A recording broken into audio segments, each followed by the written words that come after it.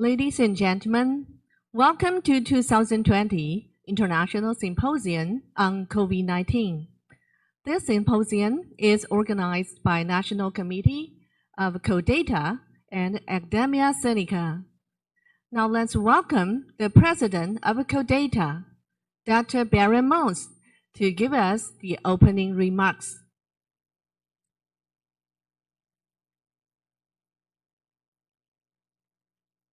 Dear participants, honorable members of the organizing committee and all delegates present in this opening session of the International Symposium on COVID-19, organized by the National Committee of CODATA Academia Sinica. As the current president of CODATA and a medical biologist myself working on machine-assisted science, I cannot emphasize enough how important a coherent national and international response to outbreaks like the one we are currently experiencing is. Also, COVID-19, being highly politicized, has alarmingly exposed our current weaknesses in data sharing and reuse. I sincerely hope this symposium is one of the learning moments for the global society and specifically health systems and governments. As we all know, it is almost symbolic that this symposium takes place, at least for its face-to-face part, in Taiwan. Taiwan is our example.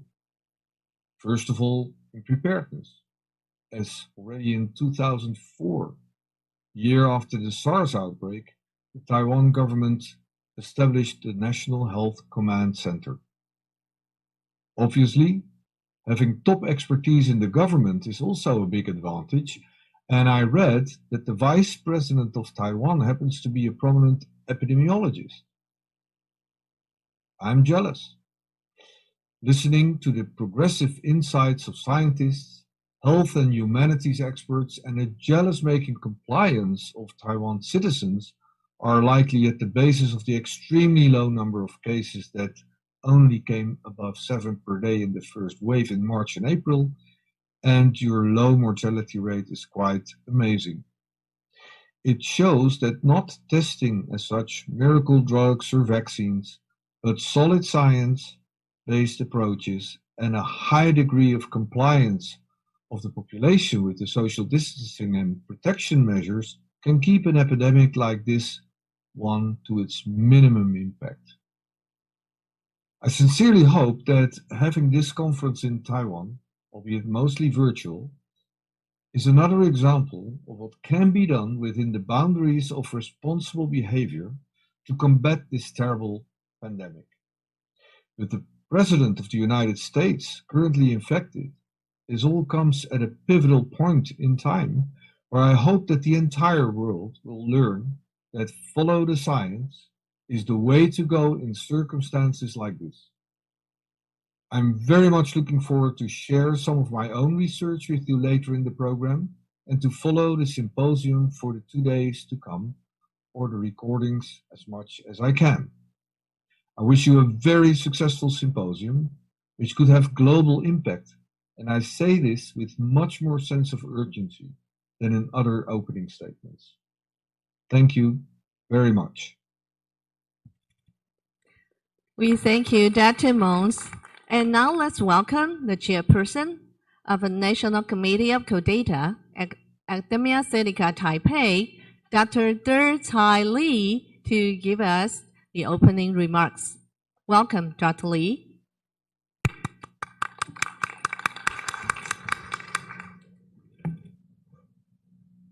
President James Liao of Academia Sinica, former Vice President of Taiwan, Dr. Chien-Jen, and the Vice President Wu Donglu of Academia Sinica, distinguished guests, ladies and gentlemen, good morning. And good afternoon or good evening for those who are online in different time zones. My name is Cai Li, aka DT Li, Chair of the National Committee of CODATA at Academia Sinica. On behalf of CODATA Taiwan, I would like to welcome you all to participate on-site or online in this Symposium on COVID-19 amid the COVID-19 pandemic. Since early 2020, the coronavirus, so-called SARS-CoV-2, has been spreading rapidly all over the world in 180 plus countries, and to date, there are more than 34 million confirmed cases and over 1 million deaths worldwide. And the numbers are still rising, with US being the worst hit of 7.34 million cases, including President Trump and First Lady Melania Trump, and more than 200,000 deaths. We are most fortunate that Taiwan is among the few countries in which schools and businesses remain open and function normally amid this COVID-19 pandemic, thanks to a government fast response and fully coordinated efforts among many ministries by producing ample supplies of facial masks, PPEs, to citizens and healthcare staff, deploying strict measures of mandatory mask wearing on public transportation system, maintaining social distancing in mass gathering, conducting contact tracing of confirmed cases, etc., to fight against possible community spread of the coronavirus. Although we can hold an on-site meeting like this, please keep in mind that precautionary measures taken by our Central Epidemic Command Center are still in effect, and we shall follow the guidelines with regard to personal hygiene like hand washing, social distancing, plus facial mask wearing, etc. during this event. In this 1.5 days of the program, we have put together 4 sessions. Overview, covering the clinical spectrum and the geographic variability of the pandemic. SARS-CoV-2, covering variants, mutations, and the protein structure of the coronavirus. Therapies, covering antiviral treatment, vaccines, and finally, impact on society, with a total of 21 presentations by 23 speakers, 9 domestic, 14 abroad, with expertise in medicine, biology, epidemiology, immunology, virology, biotechnology, public health, data science, and engineering. The presentations will be given either by pre-recorded video or in person. We are most grateful to the speakers, especially those who cannot be present in the meeting or are online, for their effort and contributions to the symposium by sharing with us their knowledge and research findings in their specialized fields and disciplines. I'm glad that CODATA Taiwan can play a role in fighting against this global epidemic, and we look forward to a successful event. Thank you very much. Thank you, Dr. Lee. And now we would like to invite the president of Academia Sinica, Dr. James Liao, to give us the opening remarks. Let's welcome President Liao.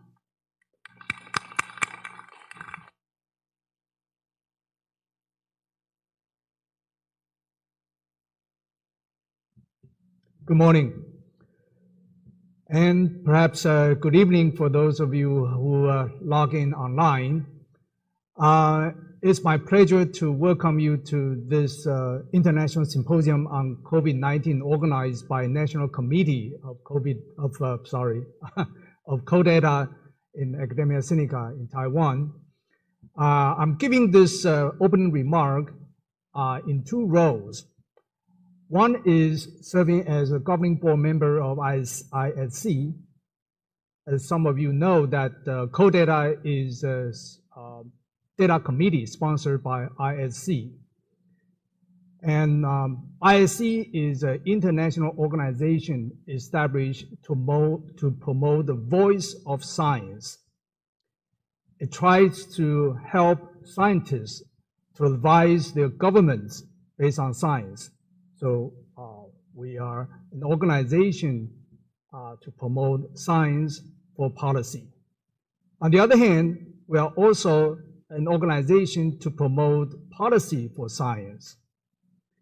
In view of this COVID-19, which has more than 35 million confirmed cases, as I checked this morning, and over 1 million deaths already, this is a moment of science. We desperately need the speed and the relevance of science in policy making and all the preventive measures. My second role here as president of Academia Sinica, I'm happy to report that we responded to this COVID-19 threat very early in this year. At the end of January, that was before the time the world realized that this was a pandemic. Academia Sinica already convened an urgent meeting among ourselves to prioritize the research agenda. And then we call for the open platform to collaborate with other institutions in Taiwan and abroad based on open science policies.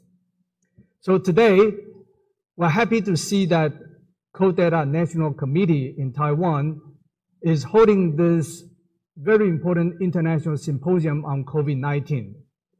So in the next 2 days, we'll hear quite a few experts sharing their results based on scientific research and from many aspects, from biology, from social science, from political sciences. And these are all important aspects. Together, we hope that we can keep the COVID-19 impact to the minimum and end this terrible disease. So I hope that you'll enjoy this 2 days of symposium, and I wish all the best to all of you. Thank you. Thank you, President Liao. And now we will do the group photo shoot. We would like to invite all the participants to join us. We hope the participants sitting on both sides could move toward the center, so our photographer could include everyone into the photo. So let's move now.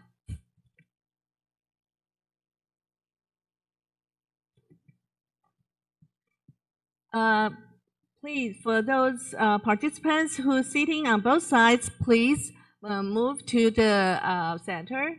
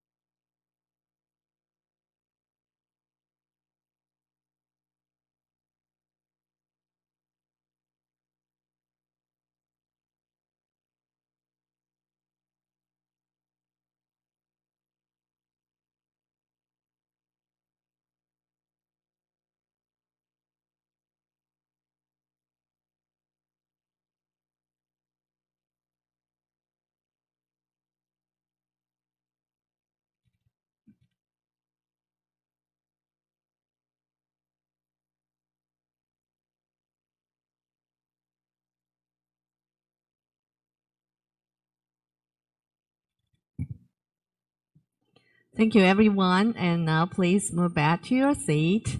And now we will start the first session.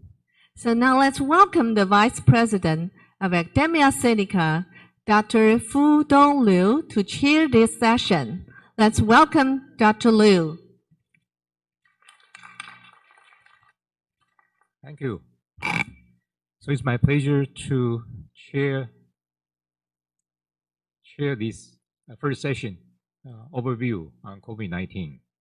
We have 6 speakers.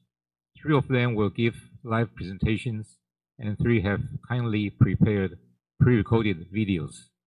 We have a Q&A session after each of the live presentations and one of the online presentations.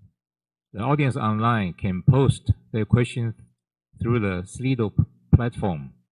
There is a QR code for the Slido webpage below the last page of the agenda in the program book.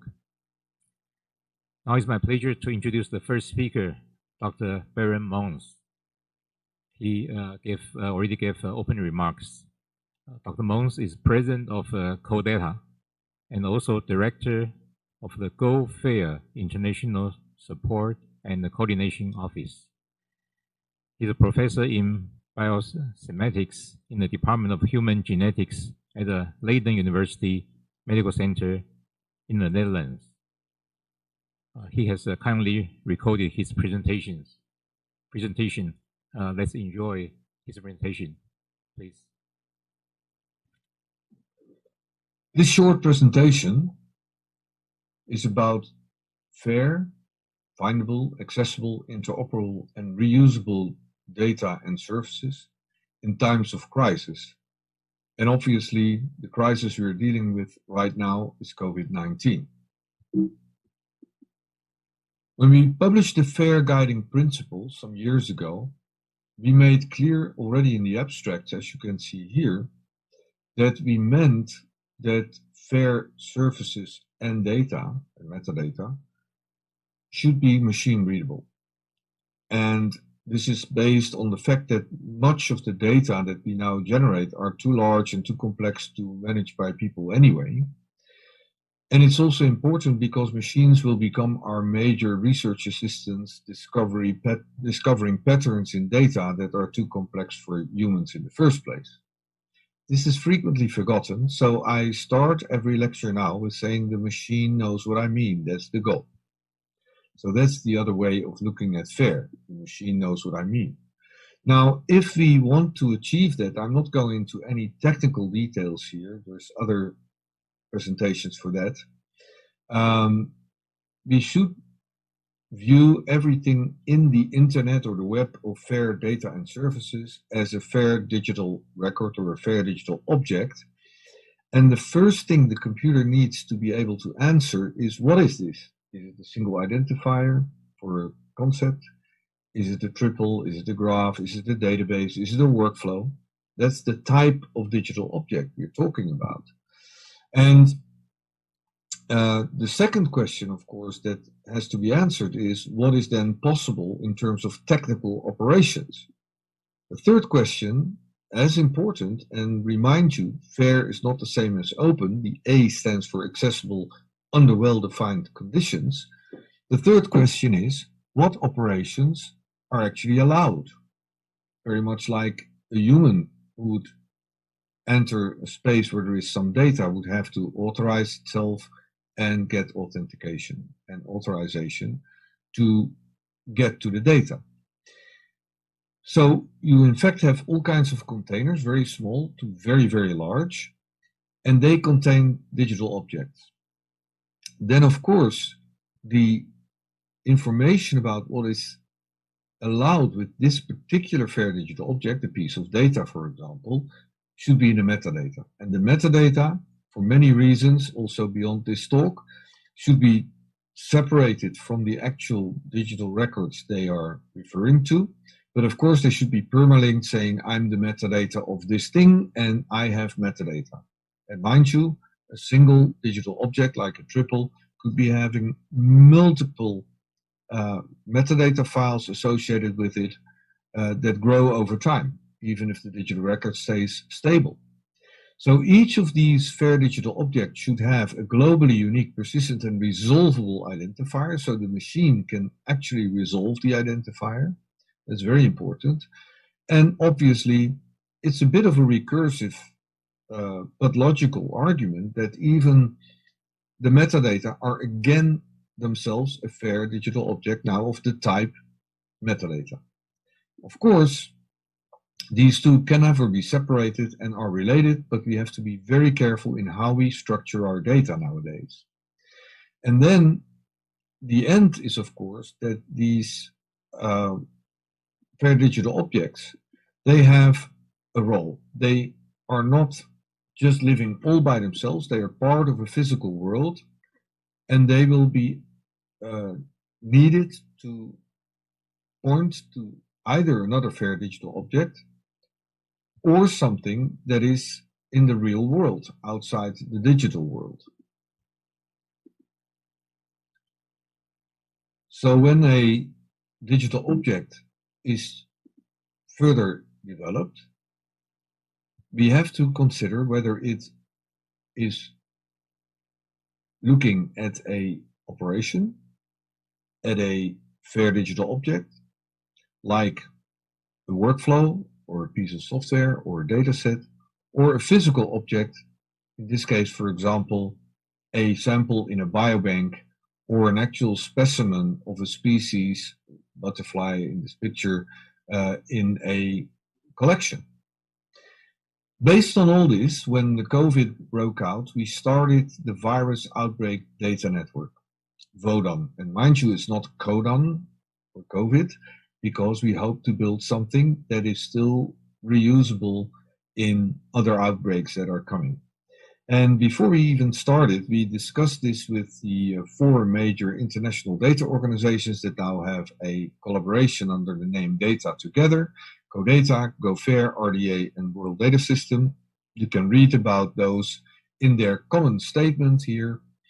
And we also had a common appeal for actions where we actually emphasized the distributed character of the research that we have to do on real-world observations. I will explain that in a minute, in COVID. And early on, we got funding from the Dutch funder ZonMW for some interesting projects, also from the Philips Foundation. And we have currently a number of fair data points running for COVID, also in Africa, but also in Europe. And this is the basic idea behind it. And you can watch the personal health train video in the link that you see here. You can download this presentation at the end. The idea is that there are fair data points, the green dots. I will explain a bit more about them, but essentially they are stations where there is fair data and fair metadata that machines understand.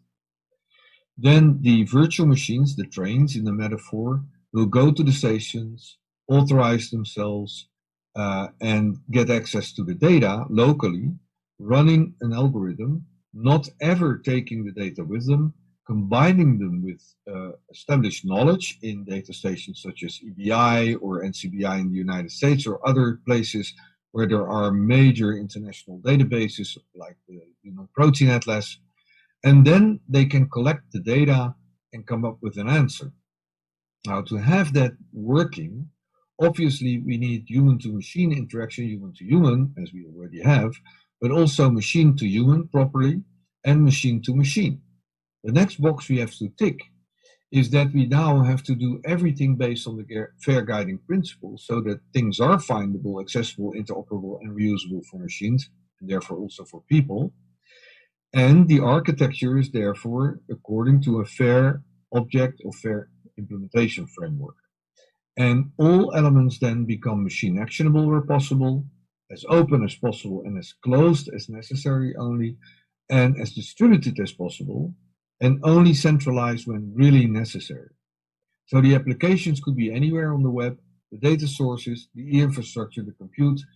But if we want to make the internet or the web of fair data and services, and we want to make sure that applications find data and find out whether there is enough e-infrastructure to actually run the algorithm, then all of these need to have fair metadata and instruction profiles that are also fair actionable so that machines can independently interoperate.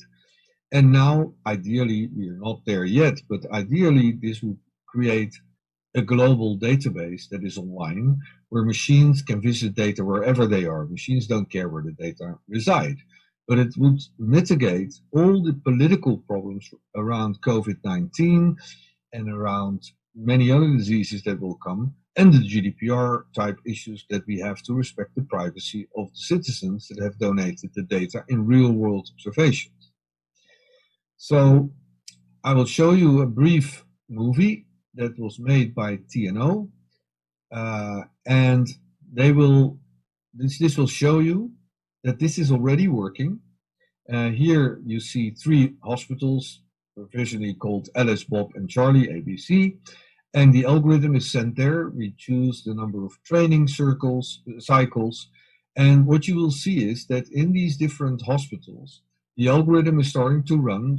Some will be faster than others, depending on the infrastructure they have, on the complexity of the data set, the number of records, and so on. But as you can see here, the system starts to learn on these distributed data, and this is real life, this is working. And gradually, you will see that per hospital, there is more learning, and the model is built on the fly. And then in the end, you will see that the second circle here becomes green, which means that there has been sufficient learning on the different hospitals. This could also be hundreds of hospitals to come up with a final answer. And this is an extremely important infrastructure that is now ready to be scaled and moved around the world. Fair data points can be downloaded very easily. We have vote on in a box. We can start this. So this is really at the starting blocks of getting implemented. So, of course, you can have very simple queries like how many patients did you have with this particular mutation, and were they male, and did they indeed get severe symptoms of COVID even when they were young, and was this TLR7 gene? And those kind of things can be pretty easily answered, as everyone understands. But you could even make very complicated queries and models that come to this kind of pictures that describe either the mutation of the virus over time, or the sensitivity genes that are found in people on the right-hand side that seem to have anything to do with the sensitivity to COVID. Now, we have implemented this already in the so-called Trusted World of Corona, which is funded in the Netherlands recently, and I will lead you through the workflow to understand that how this works. So first of all, of course, you have the new publications, real-world observations being published in articles, and as we probably know, there is hundreds of articles per day coming out on COVID at the moment. Even that cannot be read by anyone. But in addition to that, we have an enormous amount of measurements. So in Leiden, we measure almost 100 metabolites and cytokines, for example, in patients several times during their hospitalization. We have the WHO case report form. We have self-reporting apps springing up all over the world. And all of these data are real-world observations that in many cases are not open and therefore should be fair. So we will make all these data fair with the partners in this project. And then we have, of course, also a lot of established knowledge in more than 275 databases, according to the UniProts of the world, the Human Protein Atlas, expression databases, EGA, many of those. There is a lot of biomedical knowledge that is very relevant for COVID. For example, the virus uses ACE2 to get into the system, disturbing the ACE2-ACE balance, the proteome of the virus and people, and how they interact, that people get the cytokine storm, and so on. Then, if you bring these all together, you get the greatest common denominator, and that is what we call the connectome, and we do this with a company called Euretos, which you could do with many other graphs as well, although I'm not aware of anyone who has so many databases integrated. And then we build an actual disease model. I will come back to that a little bit later, but it's almost like an in silico Petri dish in which you can actually start to rationalize things like a vaccine or a drug that is proposed for COVID. And then you can test these drugs in sequence, but also all kinds of experts would be able to come to the hotel. I will explain a little bit how that works in a minute. And they say, oh, please add this cytokine, or this gene could also be important, or we found this symptom, and I've observed this in a patient. So we can actually start testing hypotheses, not that they will give a proof, but we can at least rationalize them. So if a drug has no connection to the model, probably it won't work.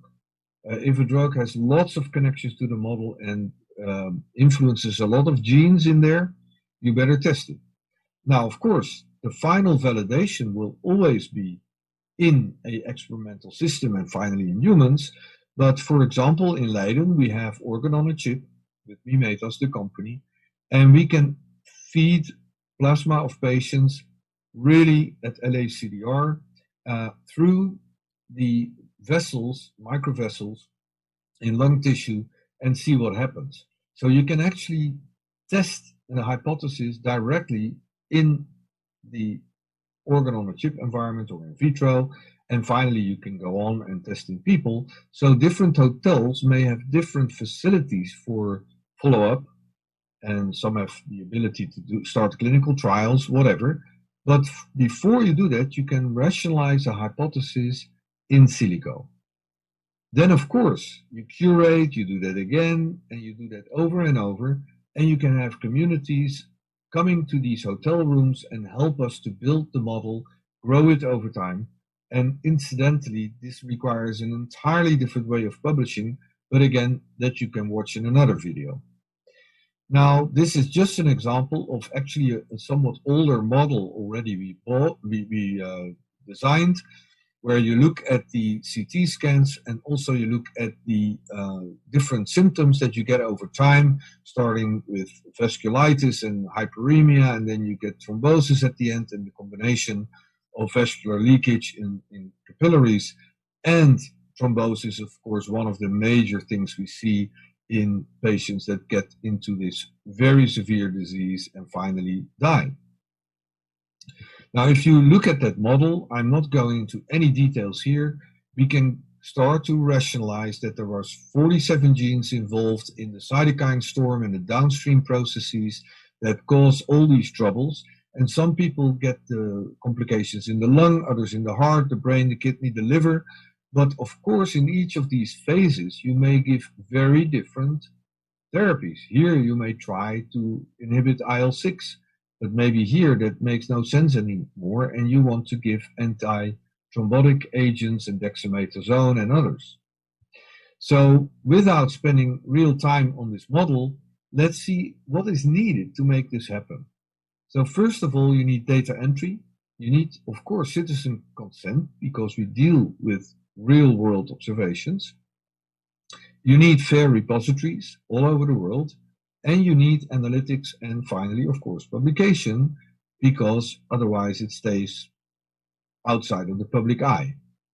So as you already heard, we have all these publications, the case report forms, the measurements, the apps, everything in this project that we can lay our hands on, or in the partner hospitals, is made fair.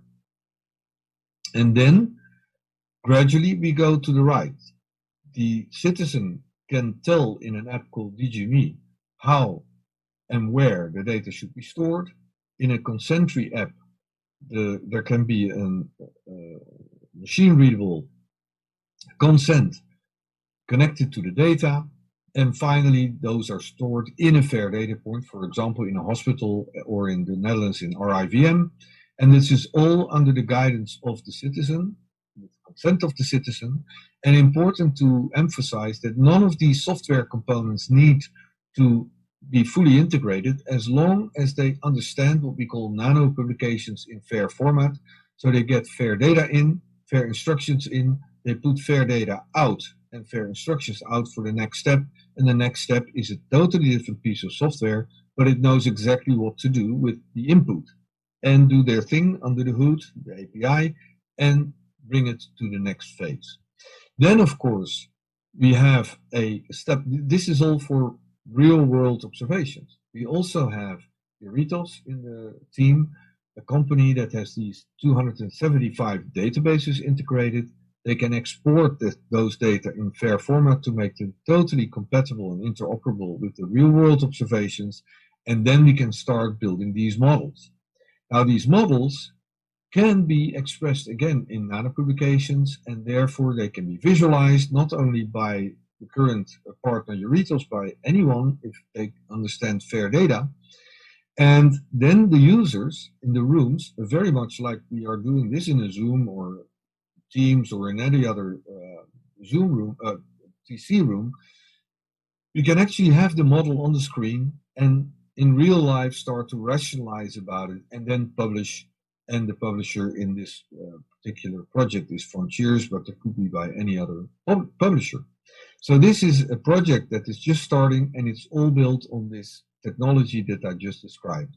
And this is just the artist impression of a somewhat older model where we threw all the drugs that were already mentioned in Wikidata at that time to be potentially interesting for COVID, and some of them, like hydroxychloroquine here, you see is very poorly connected, while others are very strongly connected, and some of these already have meanwhile shown that they actually work. So there is a good correlation between, so far, between connections in this model and the mode of action, and also you could start to look at in which phase is this drug highly connected.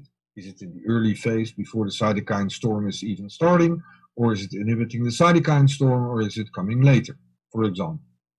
Now, to make this all happening consistently, the plea that I always make, again, there is a separate video on that one, invest on average 5% of research funds, both in the industry and in the public sector, in the data stewardship so that they become reusable for others under well-defined conditions. And you can also read the paper that we wrote about Vodan to get more information about exactly how we do this. And of course, there is a standing invitation for everyone to join this network by having their own fair data point, fair metadata on COVID, describing very precisely what's going on in their particular fair data point and how it is accessible.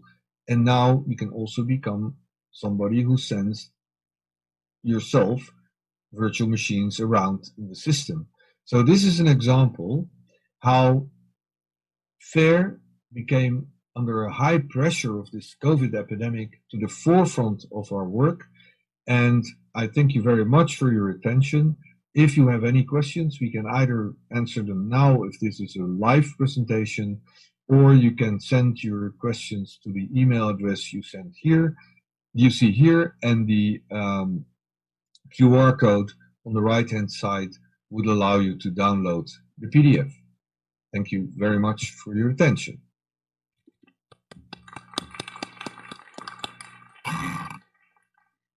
So we thank Professor Mons for a very informative presentation. And because the time zone different, we are not able to hold a question and answer session. So now let's move on to the next presentation. It's my pleasure to introduce Dr. James C. Liao. He's president of Academia Sinica, and he's an elected member of the U.S. National Academy of Engineering, U.S. National Academy of Science, and the World Academy of Sciences, and the academician of Academia Sinica in Taiwan. During this COVID-19 pandemic, he has been leading a large number of investigators at Academia Sinica, and also coordinating a national effort to jointly develop technologies and approaches for diagnosis and treatment of COVID-19. So please join me in welcoming President Liao.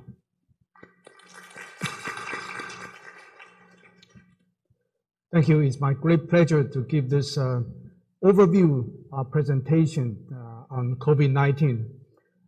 And after the opening presentation by Professor Mons, we know that data are indeed very important.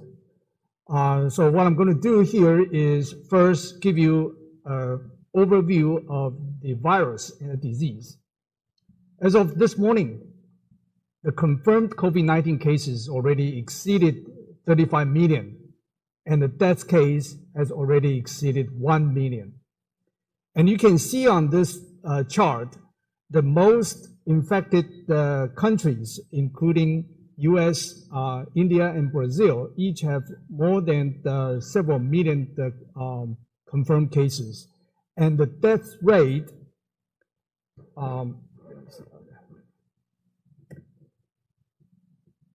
let me see.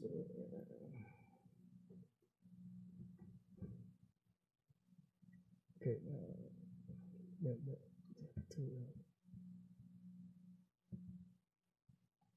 Okay.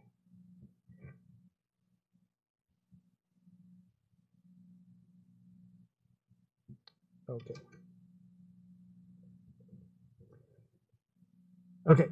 So the death rate per million population in the world is a whopping 133. And in US, we have seen the 600 people per million of population. And in Taiwan, we're proud to have a very low death per million population with only 0.3. So as I said, this is a moment of science. And what we need is the speed and the relevance. Both are particularly unique in the research of COVID-19 as opposed to the typical research that people enjoy every day. So first, let me give you a brief introduction of what COVID-19 is and its causal agent, SARS-CoV-2 virus. And SARS-CoV-2 virus is a positive strain, single-stranded RNA virus. And RNA virus, of course, has single-stranded RNA viruses, double-stranded viruses. And among single-stranded RNA viruses, there are positive strains and there are negative strains. And the SARS-CoV and SARS-CoV-2 belong to this positive strain single-stranded viruses, along with MERS and others viruses. So these are the positive strain viruses as opposed to negative strain viruses and retroviruses and double-stranded RNA viruses. And it belongs to an order called the Nivovirales, Coronaviridae family. All these viruses contain an RDRP-based RNA virus. What that means is that it carries its own replication machinery.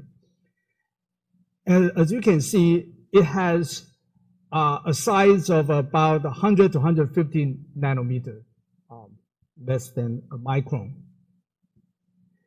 And although it's very small compared to the typical non-viral particles, but it is in fact the largest virus that people have found, largest in terms of its genome size. It has 30,000 kilobase of genome size. And human, we are not the first time encountering this coronavirus. In fact, we have been seeing this and living with coronaviruses for many years. In 1960s and 70s, we found that OC43 and 229E cause common cold. And in 2003, we have encountered SARS-CoV, which caused 9.6% of fatality rate. 2004, we found that NL63 also caused common cold. And then 2005, HKU1, also the coronavirus, caused common cold. And then 2012, 15, and 18, we have seen MERS-CoV, which is very fatal, the 34% of fatality rate. Now we are in COVID-19 era. Okay, so this COVID-19 SARS-CoV-2 has much less fertility rate, but is much more infectious.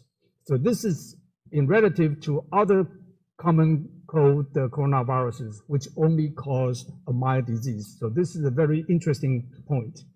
So SARS-CoV-2 virus actually is much more similar to the bat coronavirus. It has more than 95% of similarity. However, it has only around 80% of similarity compared to SARS-CoV-2. So this led people to think that the transmission of coronavirus from bat to human. Okay, in SARS, SARS-1 went through the palm civet and then go to human. In MERS, it went through camel and then to human. In SARS-CoV-2, it is still debatable how does it transfer from bat to human.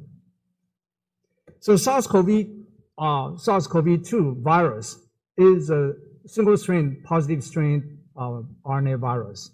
It has a 30 kb of a linear genome, one piece. When it transmitted into human cells, it first goes through transcription using its own machinery, RDRB. And this makes the negative sense anti-genome. And then it makes a lot of subgenomic negative sense RNA. These are used to make proteins. And before making protein, you first copy into, again, positive stranded RNA. And these protein encodes many important functions. For example, the open reading frame 1 is subdivided into 1A and 1B. It has 16 what we call NSP, non-structural proteins.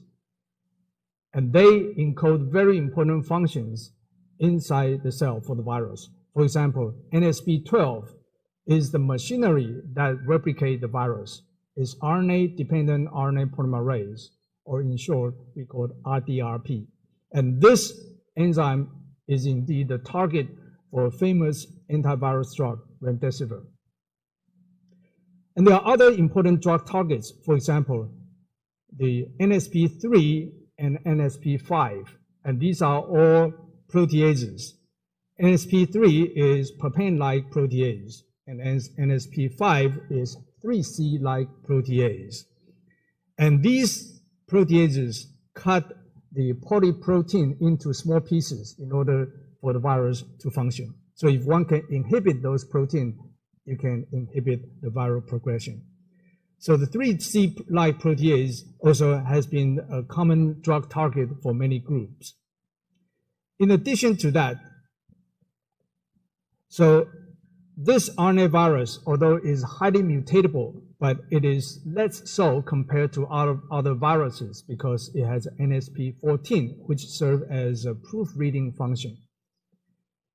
So a cartoon schematic of RNA replication is like this. RDRP sitting in the center, interact with NSP7, NSP8, NSP10, and NSP14, which serve as a proofreading function.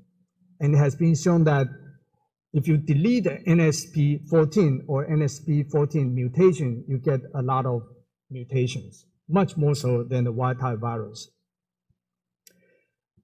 And the virus is packaged into this format.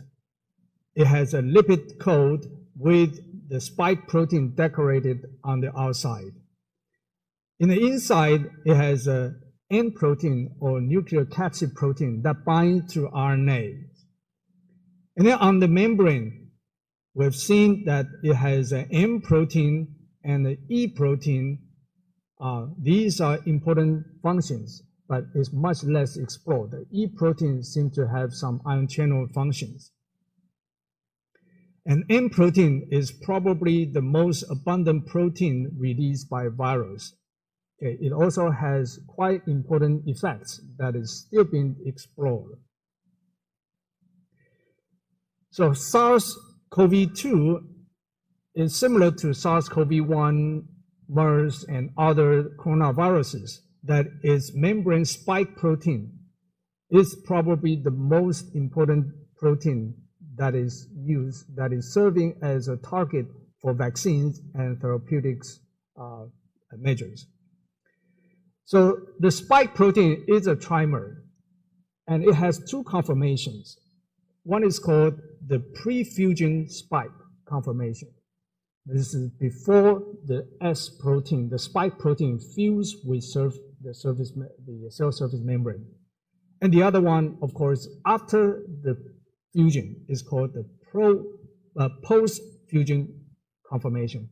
You can see it forms a dramatic change in conformation. And it has been recognized that it is most important to get the right conformation before you can develop a neutralizing antibody or a vaccine. So scientists have spent a lot of time trying to determine the structure of these pre-fusion and post-fusion spike conformation. And it turns out it's very difficult because these conformations are very dynamic and it is very difficult to purify these proteins. Until a few years ago, a group discovered that an important mutation in S2 region, it gives a preferential stability for this pre-fusion spike protein. And that allows scientists to determine the structure of this pre-fusion spike protein structure using cryo-EM. And this conformation was published very quickly within a few weeks of the sequence release. So the scientist was comparing the sequence of COVID-19 virus with the previous MERS and SARS-1 virus. And based on the previous result, they mapped the critical mutation that is required to to purify this pre-fusion conformation and solve this structure. And this became very useful structure for drug development and vaccine development. And shortly after that, people mapped all the known mutations that occurred in population in COVID-19 patients. They mapped all these mutations on the spike protein and evaluate their importances in antibody development and vaccine development.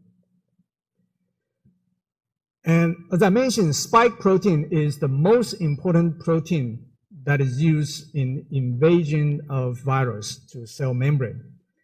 And there are at least two pathways that are known for invasion.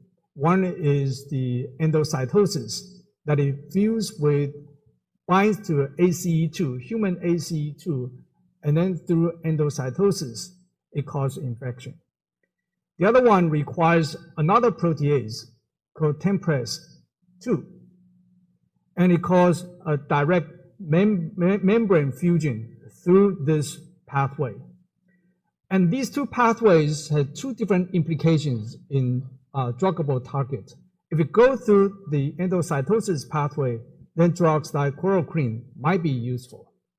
If you go through this TMPRSS infection pathway, then its protease inhibitor might be useful. So it turns out that this pathway is gaining more acceptance. And this is why we see that less and less confidence on chloroquine has been reported, as opposed to the early days, people were excited about chloroquine effectiveness. And this is perhaps answering why one drug is more important than the other. And the symptoms of COVID-19 is very diverse. As we heard in the previous talk, and one of the most common symptoms for severe cases is cytokine storms.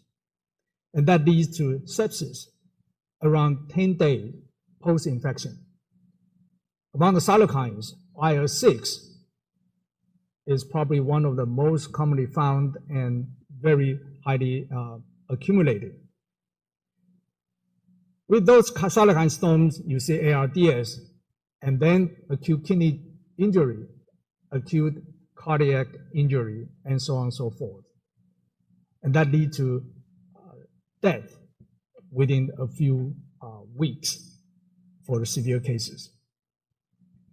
So in this background, Academia Sinica researchers have launched research in just about every aspect, starting from informatics analysis, detection and screening, developing animal models, developing therapeutic antibodies and small molecules, and vaccines. Although I will not be able to talk about every aspect, and you'll hear quite a few of this presentation in the next 2 days, I'll briefly go through some of the results. In informatics, we have a team of researchers tracking all the mutations reported in GSAID and other databases. Based on all these several millions of cases, this team discovered that the virus can be classified into 6 groups. And viral classification has been going on for many months, and different groups have classified different ways, but they all have similarity. And we found that among these groups, there are some signature mutations summarized in this table. Okay, for example, type 6 has a signature mutations that are colored in blue. And these correspond to protein mutations in this table. And interestingly, we've seen that type 6 virus have taken over in every part of the world. Initially, the first virus, which we call the type 1 virus, was the predominant virus in the world. And then we see type 2 and so on and so forth. By the way, the numbers don't represent the chronological order. But now, every country and the whole world is seeing predominantly type 6 viruses. Okay. So this virus has already changed its sequence in these important sites. So what is its implication in therapy development is still debatable and still under investigation. Now, in terms of detection and screening, we have a team in physics developing a field effect transistor. It's a chip which can directly sense RNA molecules without amplification. So this is based on the field effect transistor theory that a small perturbation on the silicon is going to affect the current density going through this transistor. So this technology is currently being developed to as a substitute for the current PCR based. So if successful, it can save a lot of time and also achieve a similar sensitivity of the currently used PCR. On the other hand, we have another group developing antibodies that recognize SARS-CoV-2, and this group, led by Dr. Yang, was able to develop an antibody that can distinguish among many different kinds of human antibodies in a very specific way. And this antibody has been transferred to different companies to develop into a rapid screening test.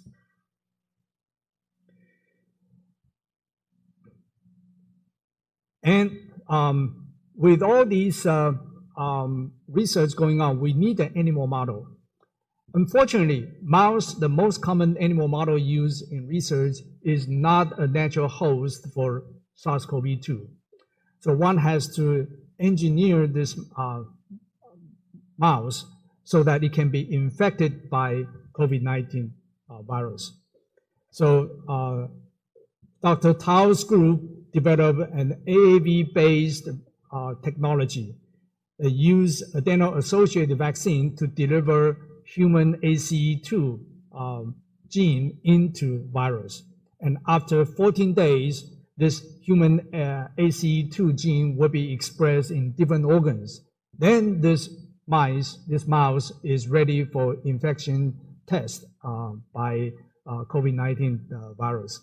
And they have shown that in the lung, liver, heart, it's all infected, it's all expressing this human ACE2 protein.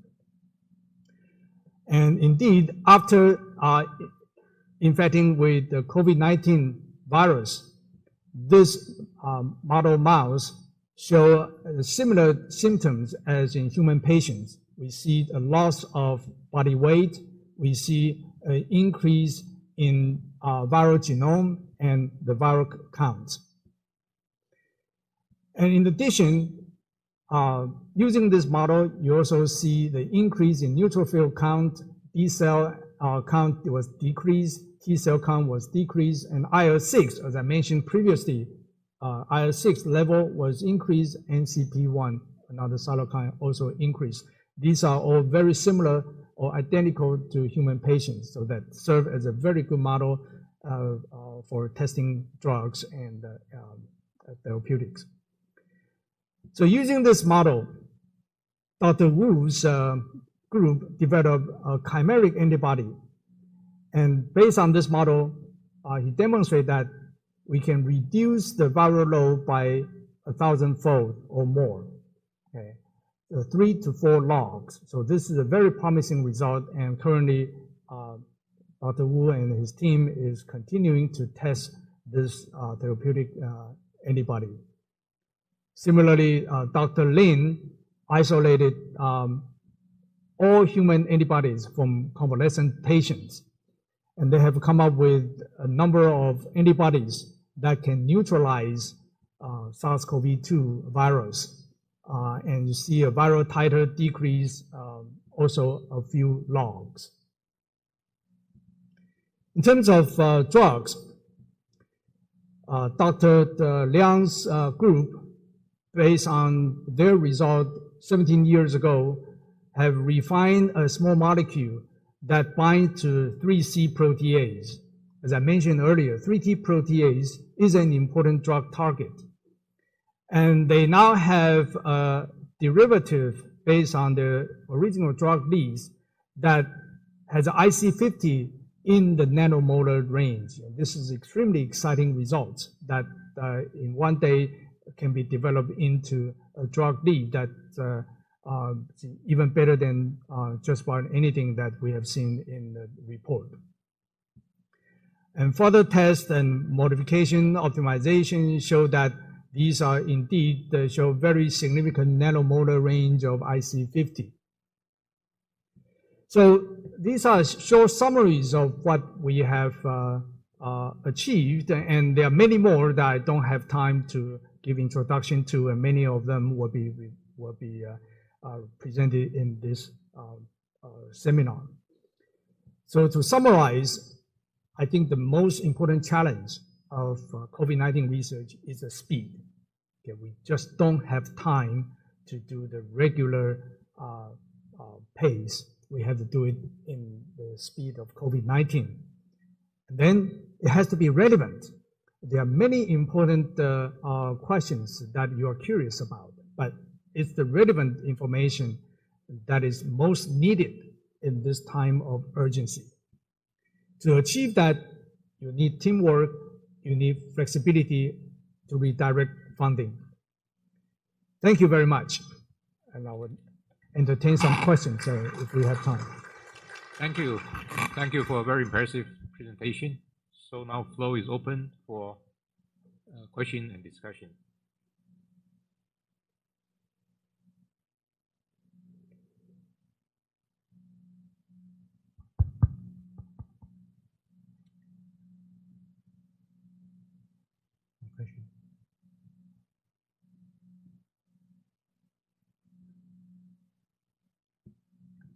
I guess everything is very clear. Okay. So, thank you very much. In the interest of time, so I just move to next speaker. Let's thank President Liao again for very inspiring presentation.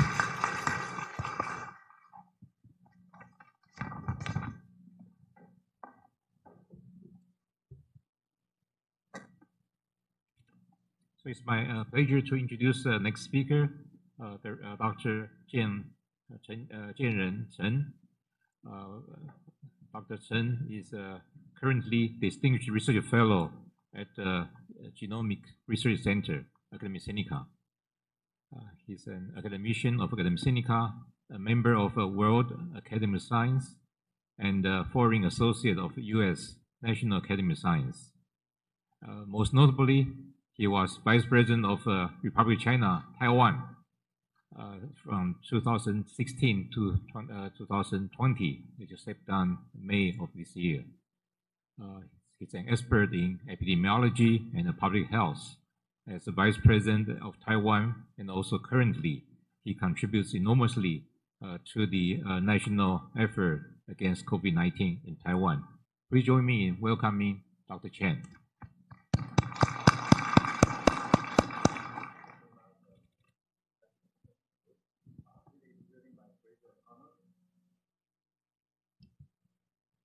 It is really my pleasure and honor to give a presentation on COVID-19 containment and economic vitalization in Taiwan.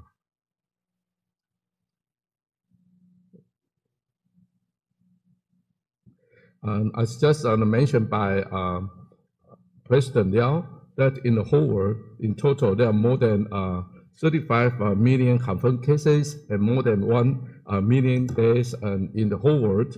And in the United States, the situation is the most serious, but the status in Taiwan is quite good.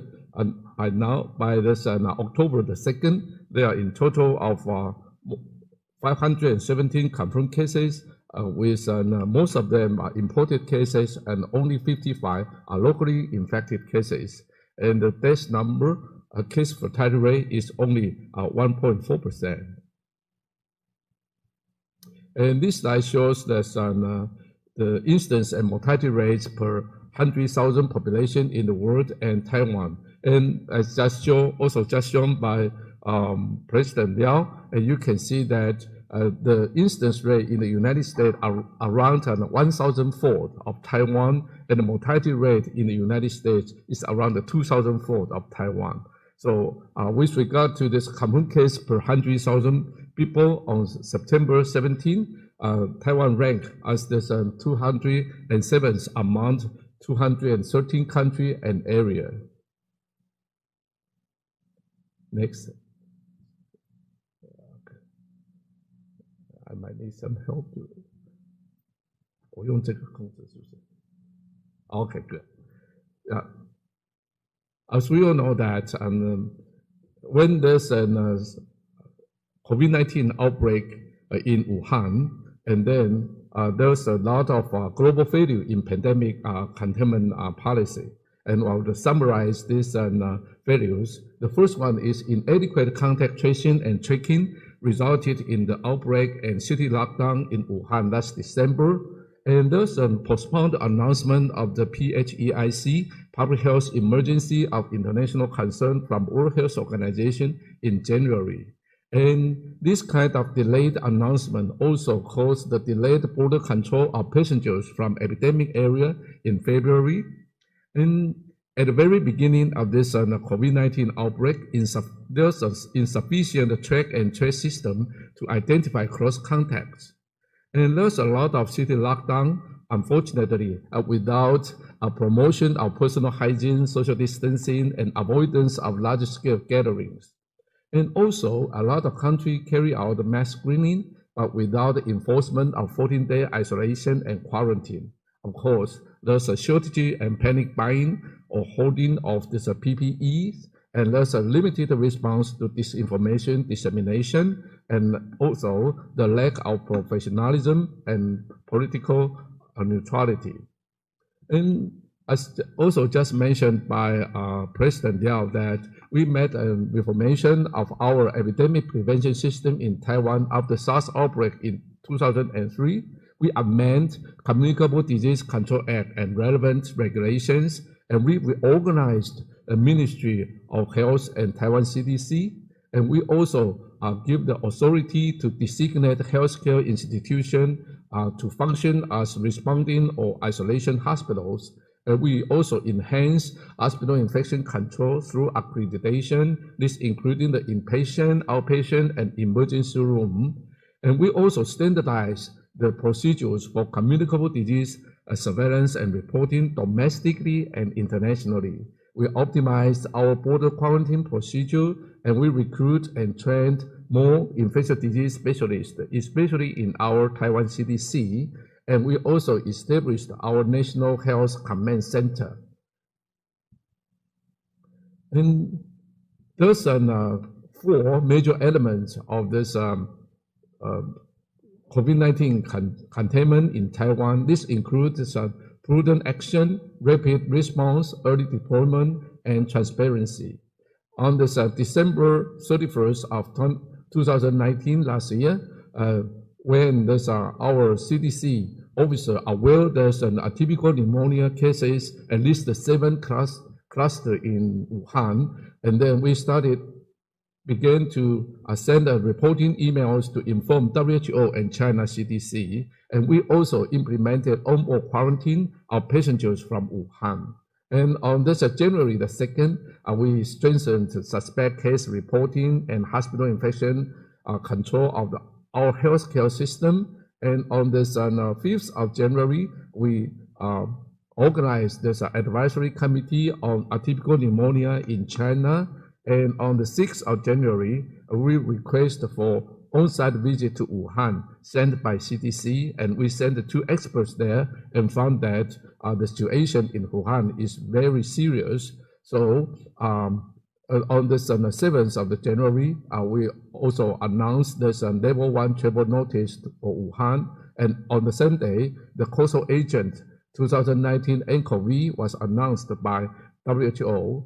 And this is the reporting email sent to WHO on December 31st, 2019. Unfortunately, we did not get a very active response from WHO.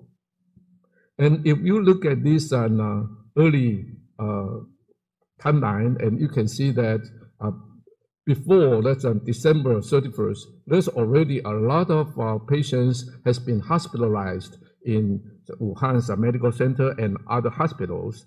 Unfortunately, they did not go to contact tracing and contact tracking, and also the testing of the close contact of the patients. And all those who had the mild symptoms and signs, they were sent back to the community and spread out the virus. So this close contact tracing is very important. And on the January 15th, Taiwan CDC announced that COVID-19 is a classified infectious disease. In other words, they definitely have to report by all medical centers in Taiwan. Otherwise, they will get a penalty. And WHO announced there's a limited human-to-human transmission of COVID-19.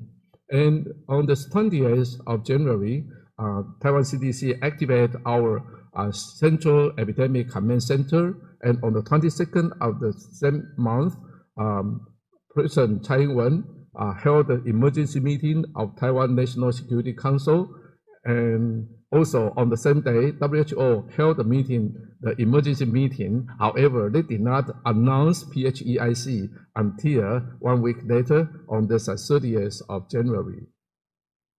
And as you can see that there's on this January 22nd, President Taiwan insists that we have to do 3 things together. One is this outbreak control, and the second one is this financial relief, and the third one is economic stimulus. And on this March 19th, see further stress the importance of this economic vitalization. So with regard to the rapid response to pandemic, there was no lockdown in Taiwan, no mass screening in Taiwan. However, we use a lot of ICT and AI technology to do this rapid response to pandemic.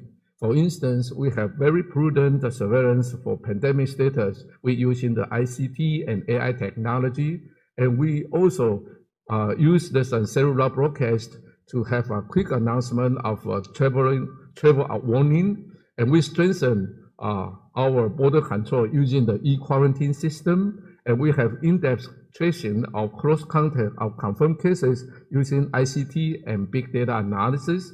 We enforce home isolation and quarantine for close contacts and also inbound passengers using digital fencing tracking and line board system. And we did not carry out a mass screening. However, we carry out so-called precision or targeted screening of suspects with symptoms and signs. And we consider this is more effective and efficient. And we also mobilized the entire healthcare system in Taiwan for isolation treatment of COVID-19. We mobilized more than 20,000 isolation rooms and 14,000 ventilators. And we enhanced our hospital infection control using this disinfection of delivery robots. And with regard to the border control, you can see that we announced that a level 3 warning for Wuhan on this 21st of January, and all those nationals of China were temporarily prohibited from entering Taiwan on February the 6th. And the nationals of China, Hong Kong, and Taiwan, and Hong Kong and Macau, they are prohibited to get into Taiwan. And on this March 19th, foreign nationals prohibited from entry without any special permission. So we have very immediate and also very stringent border control to prevent this importation of these infected cases. With regard to our quarantine measures of inbound passengers, we have the health check before boarding and the on-board quarantine announcement and home quarantine notice, and we have a fever screening and symptom check, and we use this designated taxi or rental cars to send the patient home, and then they have to be home quarantined for 14 days. And of course, for this inbound traveler, we have home quarantine, and for the close contact of confirmed cases, we have the home isolation. And we use this electronic security monitor system to check the location and health status of people subject to home quarantine and home isolation. And these are this quarantine system, this APP we used. This is a quarantine system for entry, and we have also there's a home quarantine check-in system, and we use the Nightbot system to help this disease containment. And we also have a digital fencing check-in system. So basically in Taiwan, we use a modern ICT and AI technology to help us to do COVID-19 containment. And it is very difficult for isolated or quarantined people to stay at home for 14 days. So we definitely have to provide care and support services for them. And this includes local government hotline. If they need any kind of assistance, they can call this hotline. And we provide meal and also we have meal or grocery delivery. And we also help the garbage collection. If they don't have place to stay, if the room in their house is too small, then we provide settlement for them. If they have symptoms or signs, we send them to the hospital for further health care.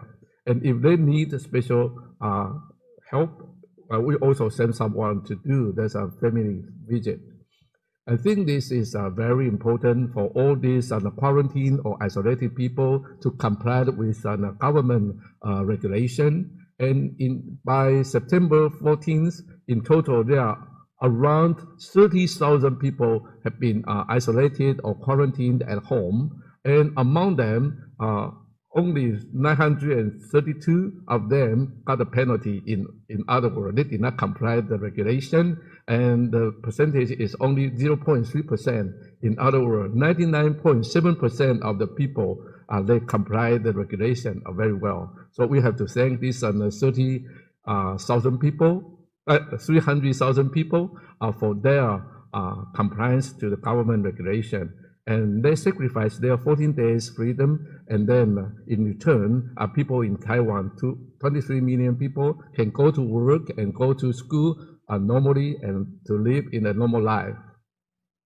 And with regard to this early deployment for COVID-19 containment, I think this is very important for our Central Epidemic Command Center to hold this daily press and briefing to announce transparent information, health education, and risk communication, and also to resist the disinformation attack. And we also try our best to get us an adequate supply of PPE and other medical material through mass production and name-based e-rationing. And we also enforce there's some personal hygiene, social distancing, and avoidance of large-scale gathering using online education and cell broadcast. And financial relief and economic stimulus are very important, and we also use this IC system to help us to do this e-allocation. And in Taiwan, just as mentioned by our President Liao, that in Academia Sinica, we carry out a lot of research and development, and it's also true in National Health Research, NHRI Research Institute, and also in research universities in Taiwan. And we also engaged in international collaboration on PPE production and distribution and pharmaceuticals and also technologies. And I would like to mention about the National Mask team. It is, we call this an International Champion Cup. We requisition of 73 factories to expand the 92 production line, and the average production per day increased from 1.8 million in January and up to 21 million in May. So we can see that at that time, we already have adequate face mask to distribute for all the peoples in Taiwan.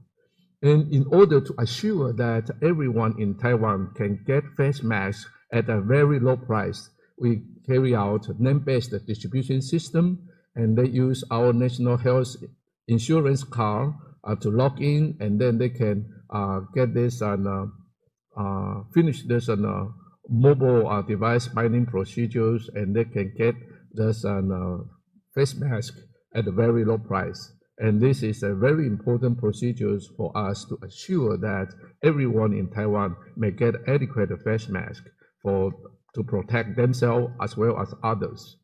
And when we have adequate face masks, we also donate more than 50 million masks to Europe, the United States, our diplomatic allies, and more than 80 countries in the whole world. And enforcement of health self-management is very important, and Taiwan is a multicultural country, and we have a lot of migrant workers here and also a new immigrant. So we have to use different language to help them to engage in this self-health management or personal hygiene, including the wash hands thoroughly with soap and avoid crowded places, and also wearing face masks if necessary. And we also encourage people to keep social distancing, and these measures was announced on this April 1st. And you can see here that general public practicing social distance quite well in this public transportation station and in the schools, and also when they try to buy takeaway and they have to queue and so forth. And we also use our national health insurance database to help us not only for this face mask rationing, and we also combine the traveling history into our national health insurance data. So any physicians, when they try to take care of a patient, they know that the patient has the history of this coming back from other country or not. And we also use the different kind of develop a different kind of platform by our Taiwan AI Lab for the containment of the COVID-19, this including Taiwan Social Distancing APP, Health Report APP, and AI SARS-CoV-2 classifier for this chest X-ray readings and so forth. And I would like to share with you that COVID-19 basically affects almost all sustainable development goals proposed by UN, except for life below water and life on land. Otherwise, from this, the first one, no poverty, second, zero hunger, all the way down, we found that COVID-19 basically affects all SDGs. And of course, COVID-19 impact industry as well. And COVID-19 accelerates digital transformation. And in Taiwan, the online consumption increased 1.8-fold. And it is expected that will take around 2 and 5 years to have a 1.8-fold increase, but within the 6 months, we already reached the goal. And there's a lot of shock industry, including the transportation, tourism, physical entertainment, physical retail, and food and beverages. And this the decrease in this industry is from the 30% to 95%. But still, there are some bonus industry. There's a healthcare and epidemic prevention industry, and also industry for otaku economy. So what really concerned that in the future, there must be some so-called zero contact and zero distance innovation in this industry. And our President Tsai Ing-wen convened a high-level National Security Council on March 12 and announced proactive measures to boost Taiwan's economic momentum and vitality. We allocate 2010 billion NT dollars budget for epidemic control, financial relief, and economic vitality, and we shift government spending priority to emergency measures and increased government investment and procurement for expansion of domestic demand, and we help acceleration of private investment and maintain the foreign exchange market stability and stock market momentum. And now I would like to share with you some of the current ranking about this COVID-19 containment in this different country. And this is the data published by Bloomberg Economics on this July 20th. Among the 75 emerging frontier economies, they rank these countries accessed by this confirmed deaths from COVID-19, the level of activity compared with pre-virus normal, and the policy space available to counter the damage. And Taiwan was ranked the #1 among the 75 emerging and frontier economies, followed by Botswana, South Korea, and Thailand. And in Newsweek Japan, they also published an assessment of response to COVID-19 in 49 countries on July 21st. And based on epidemic damage, there are 3 indices they used to reflect this epidemic damage, and also use this economic damage based on GDP lost. And the total score is 200, and Taiwan got 180. Is the #1, followed by Malaysia, Hong Kong, and Thailand. And you can see here, Taiwan is the #1 here. And most recently, on this September, in Oxford Martin School, they had in their Our World in Data, and there's a percentage decline of GDP in Q2 of 2020. You can see Taiwan has the lowest economic recession, only -0.6%, and in Peru, the economic recession is -30%.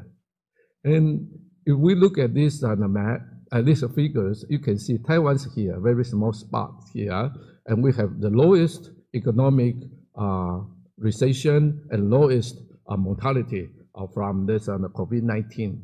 So I think this for Taiwan to be successful in COVID-19 content is based on Taiwan value. That's a democracy, transparency, and solidarity. From the very beginning of the pandemic, the government has ensured that the public has open access to COVID-19 information. And the daily press briefing is very important, and CCC quickly established its authority and earned the trust of the public.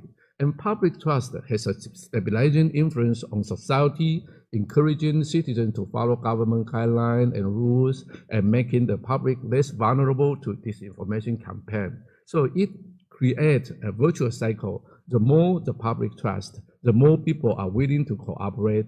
And we have to know that transparency and public trust are the natural product of democracy.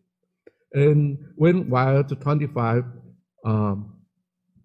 announced there's people who are making things better, and was announced, and President Tsai Ing-wen said, "Oh no, it is not the trio. It is the people in Taiwan." And solidarity is the key for the success of COVID-19 containment in Taiwan.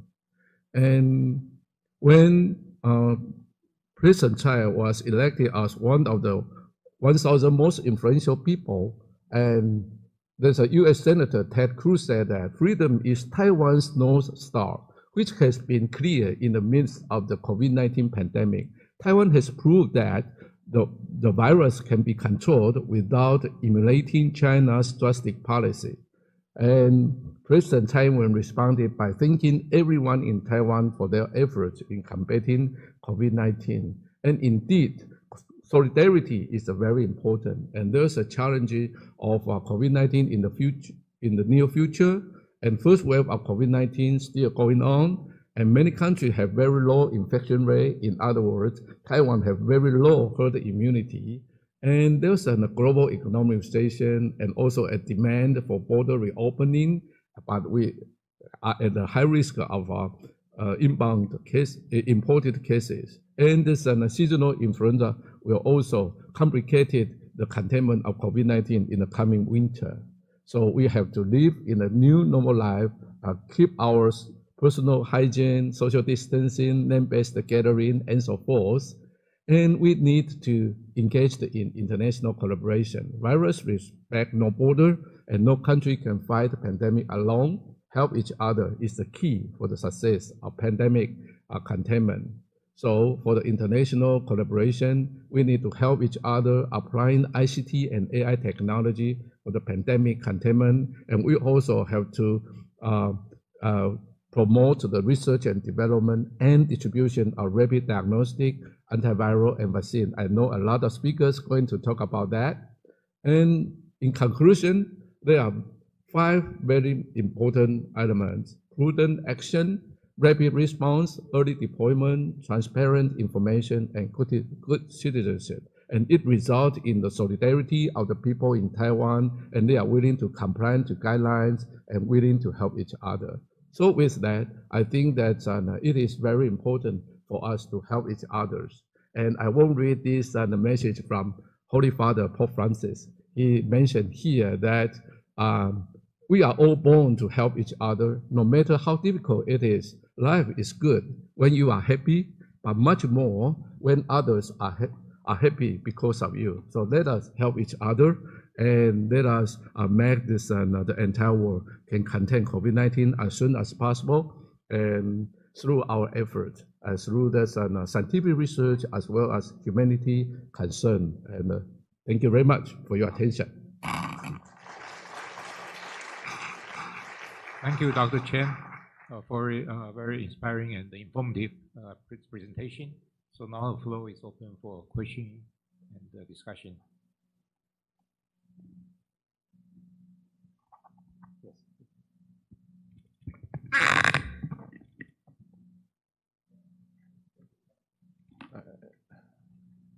Yes, it's all. So, thank you so much, Vice President Chen, for leading us through the first phase to combat COVID-19. Can you comment on the importance of vaccines? Whether the vaccines should be the secure supply for Taiwanese people to go through the phase 2 in order to combat the virus through the next period of time? Thanks. Yes, definitely. Vaccine, myself, or consider vaccine is the only way to get us a complete victory against COVID-19. And I know that Dr. Jason Wang is going to talk about this vaccine in the afternoon. And it's definitely very important. And with regard to this vaccine development, I think that many big pharmaceutical companies already have this vaccine under phase 3 clinical trial. And Taiwan company, there are 3 companies in Taiwan, they engage in clinical trial phase 1. And I think that vaccine will be available at the earliest. I will consider it in this coming spring, in the first quarter of 2021. And I myself hope that when we have the vaccine available, and we definitely have to have the spirit of this global solidarity, we have to assure that everyone in the world can get the vaccine. And in Taiwan, of course, we can purchase a vaccine or produce our own vaccine, but we cannot have the vaccine at that just once. It will come gradually. So we have to set up this priority. We have to let this medical care healthcare workers, and also for this important organizations and employers, such as policemen or the soldiers, have this vaccination first, and then that's for the elderly, for those who have the chronic diseases. And if we have adequate vaccine production, I think Taiwan will act the same as for the face mask. We have to try our best to help other countries nearby Taiwan in this region. Unless every country controls COVID-19, otherwise Taiwan is no longer safe. So we have to help each other, and we try our best to move this vaccine production. And I know that some of the speakers will talk about this, and I agree with their opinion. I saw some of their abstracts, and it's very good one. More question? Okay, if not, oh yes, there's please. another one. Yes, there's one in the back. Yes, yeah. Well, recently, USA apparently is in bad trouble in terms of COVID-19. Even the President Trump got infected. Do you have any suggestion to US to see what they should do to improve the situation? Yeah, yesterday there's a Science and Technology Forum, STS Forum in Japan, and we have some of the discussion. And now the situation in the United States is getting better. At the very beginning, of course, it's a failure in this early response, but now, no matter in the school, in the working place, or in the government, I think that in the USA, they are doing better and better now. And I think that for the time being, before we have the vaccine available and or the affordable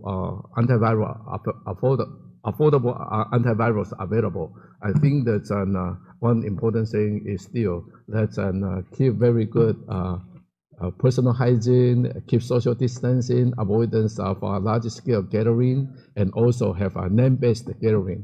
And I think it's very important.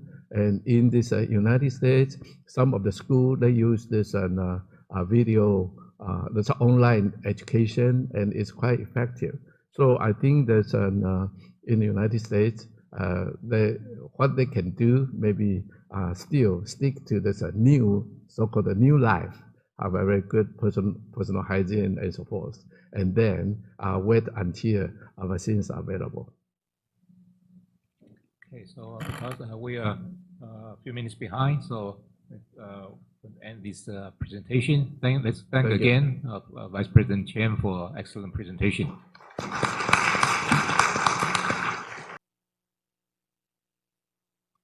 Okay, we'll start the second half of this first session overview. The speaker is Professor Charles Alessi. He's a globally recognized and a trusted leader in healthcare. He's a physician in London and currently chief clinical officer at the Healthcare Information and Management Systems Society, HIMSS. This organization serves as a global advisor and a leader supporting the transformation of the health systems through information and the technology. So Professor Alessi has kindly recorded his presentation. So let's enjoy his presentation. My name is Charles Alessi. I'm the Chief Clinical Officer of HIMSS, and thank you very much for inviting me to present today. Before I go any further, I'd just like to describe HIMSS a little to you. We're a membership organization with a global footprint, and our vision and our mission really describes what we do. Our vision is to realize the full health potential of every human everywhere. And the mission just shows how we're going to get there, really through reforming the global health ecosystem and using data and technology to deliver that.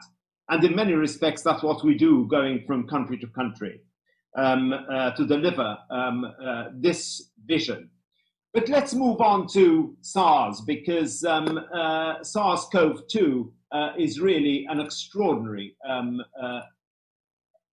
pandemic in many respects, because it has outpaced the ability of most, if not all, countries in the world to manage it.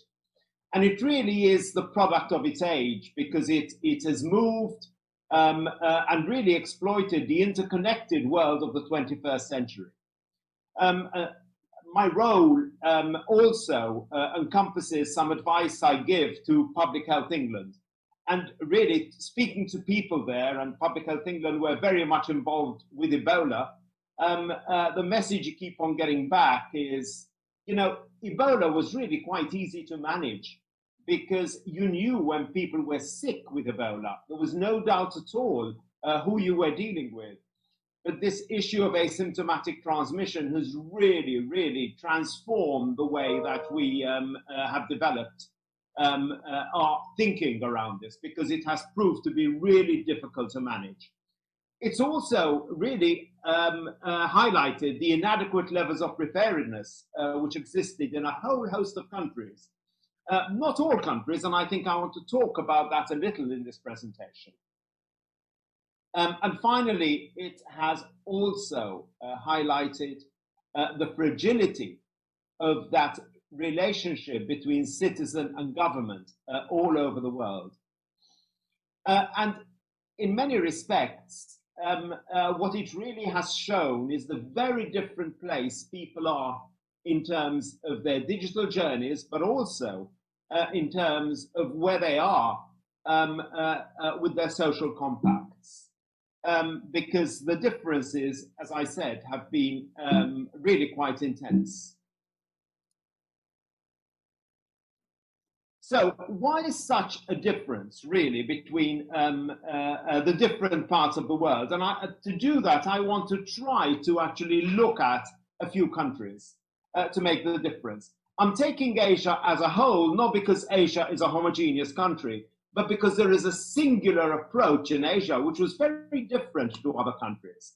And then I want to highlight North America and some differences which highlight, I really highlight the issues I wish to bring out in Europe. I think this will actually make a really compelling message around what is really important. So let's start with Asia as a whole. You know, this is something which I heard when I was interviewing people through the whole of the Asian subcontinent. At HIMSS, we have meetings, we have some offices in Singapore, and we have meetings with a whole host of people all through Asia. And really the message which came back very, very quickly is, look, this looks like SARS, it could be SARS, let's treat it like SARS. That is very, very, very different to the approach which was adopted in Europe and the rest of the world, where in essence we really took a view that this was an atypical influenza virus and treated it as such. The differences are actually quite fundamental. Also, the fact that in Asia there was experience of SARS, the original SARS, of MERS, of H1N1, and you recall those issues were not, those pandemics really did not play out very much in Europe or North America. So you realize the importance of PPE, and really PPE in place, not PPE potentially in place, things were actually there. Similarly with the speed of deployment. You know, you managed lockdown remarkably quickly in Taiwan in particular. It was extraordinary, the speed with which you did things.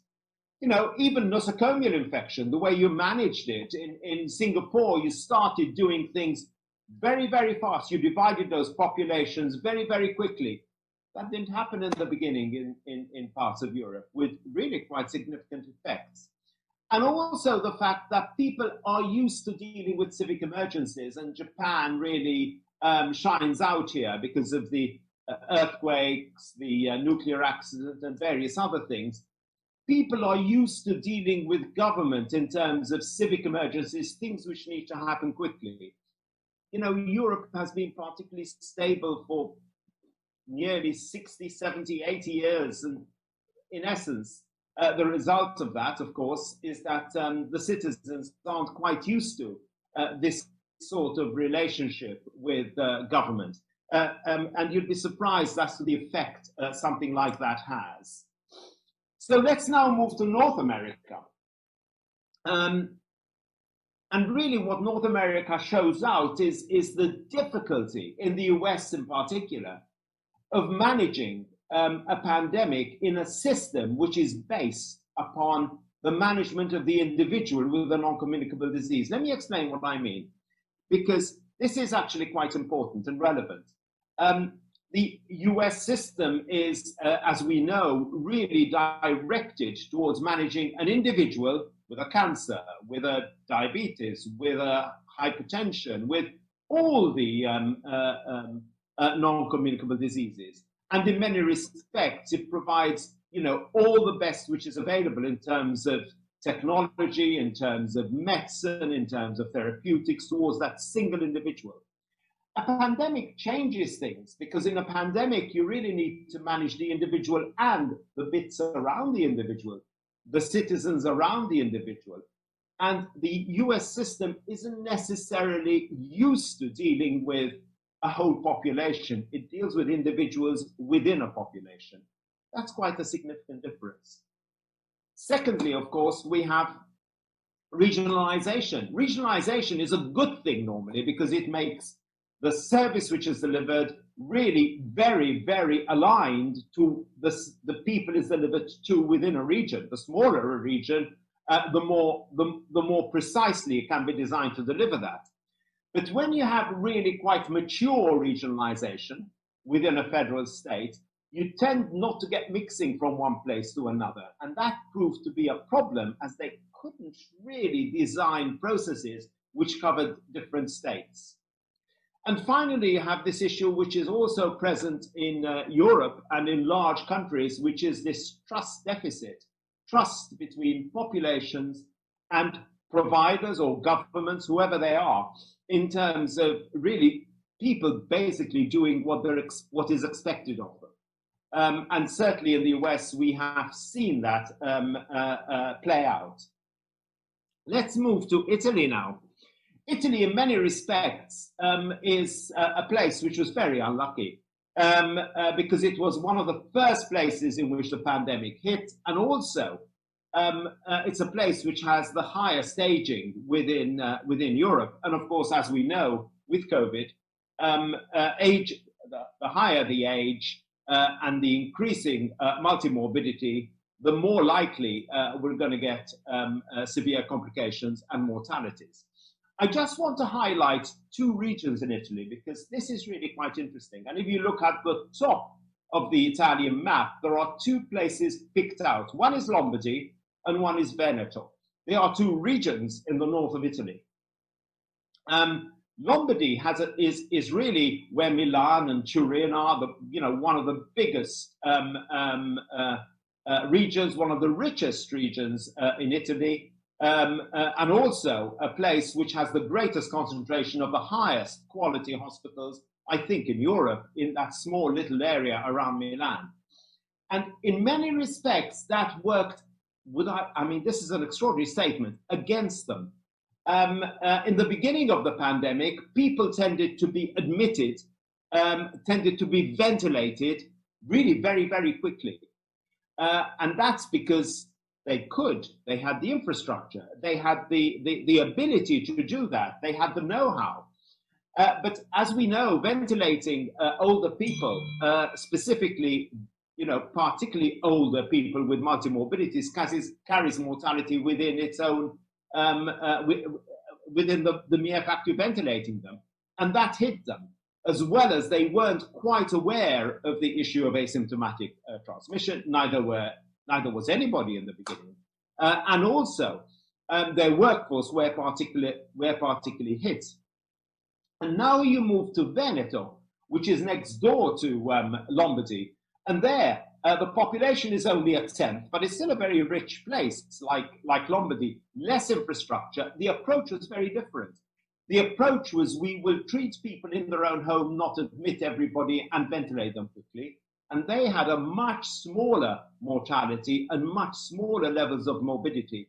And they also tested an awful lot more in Veneto than they did in Lombardy. The two approaches were really quite remarkable.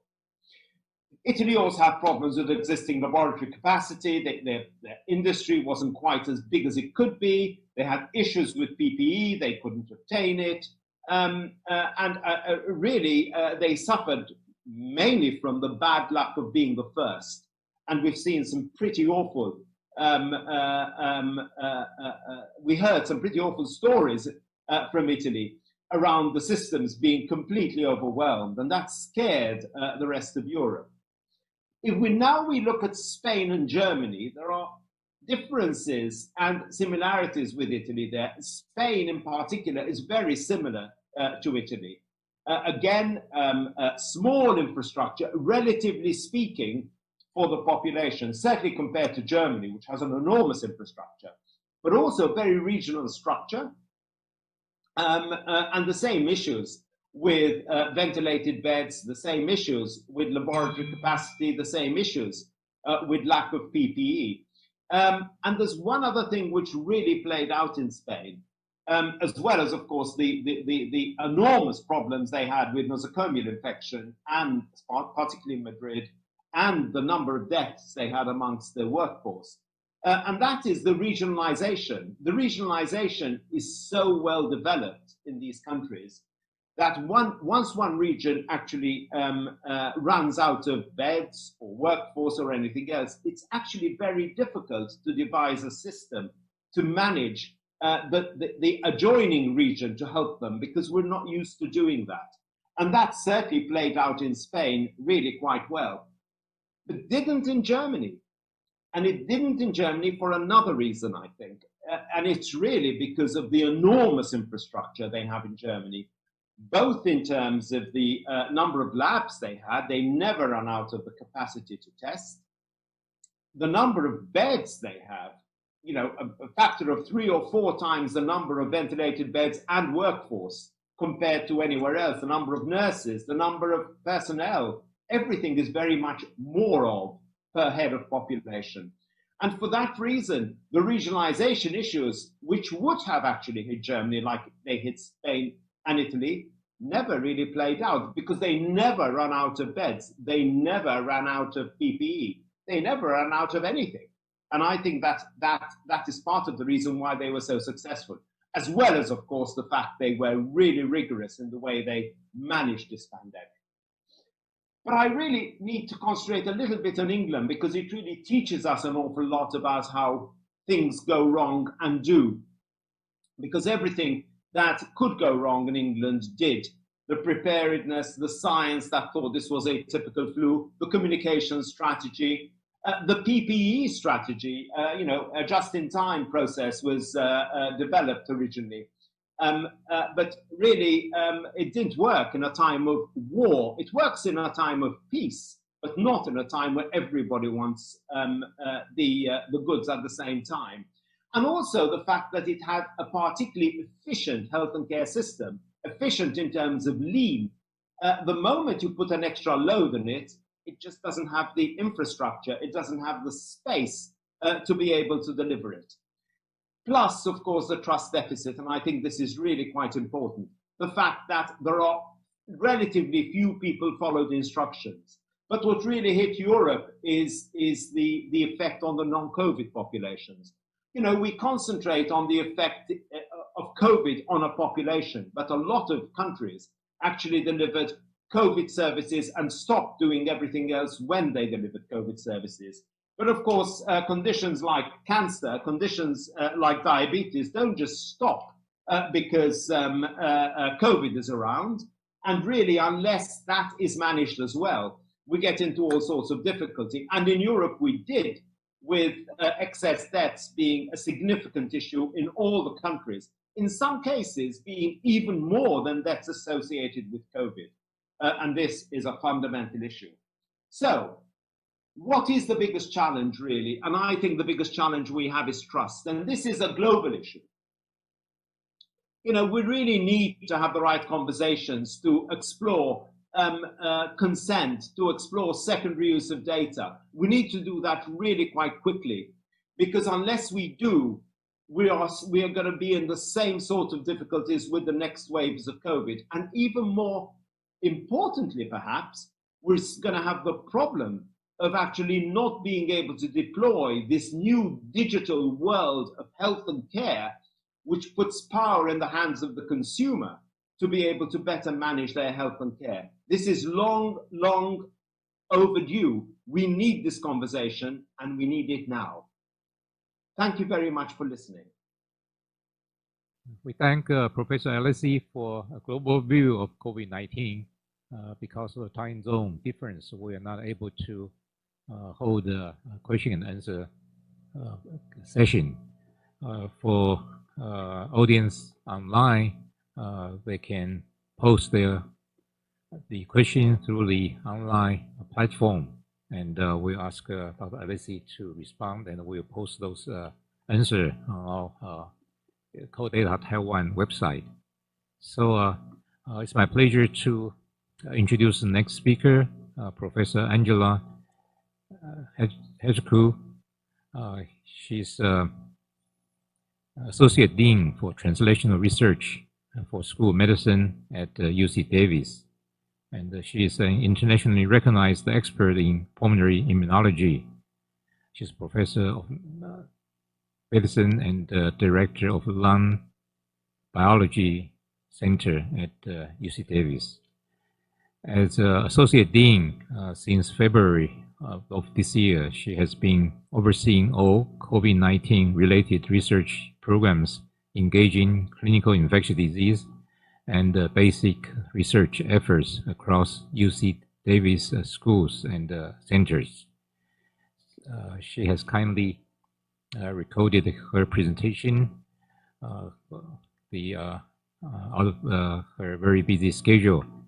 And she has also made herself available online for the Q&A session. So let's enjoy her presentation first, please. Good afternoon. My name is Angela Haczku. I am Professor of Medicine and Associate Dean for Translational Research at the School of Medicine in UC Davis. And greetings from Smoky, California.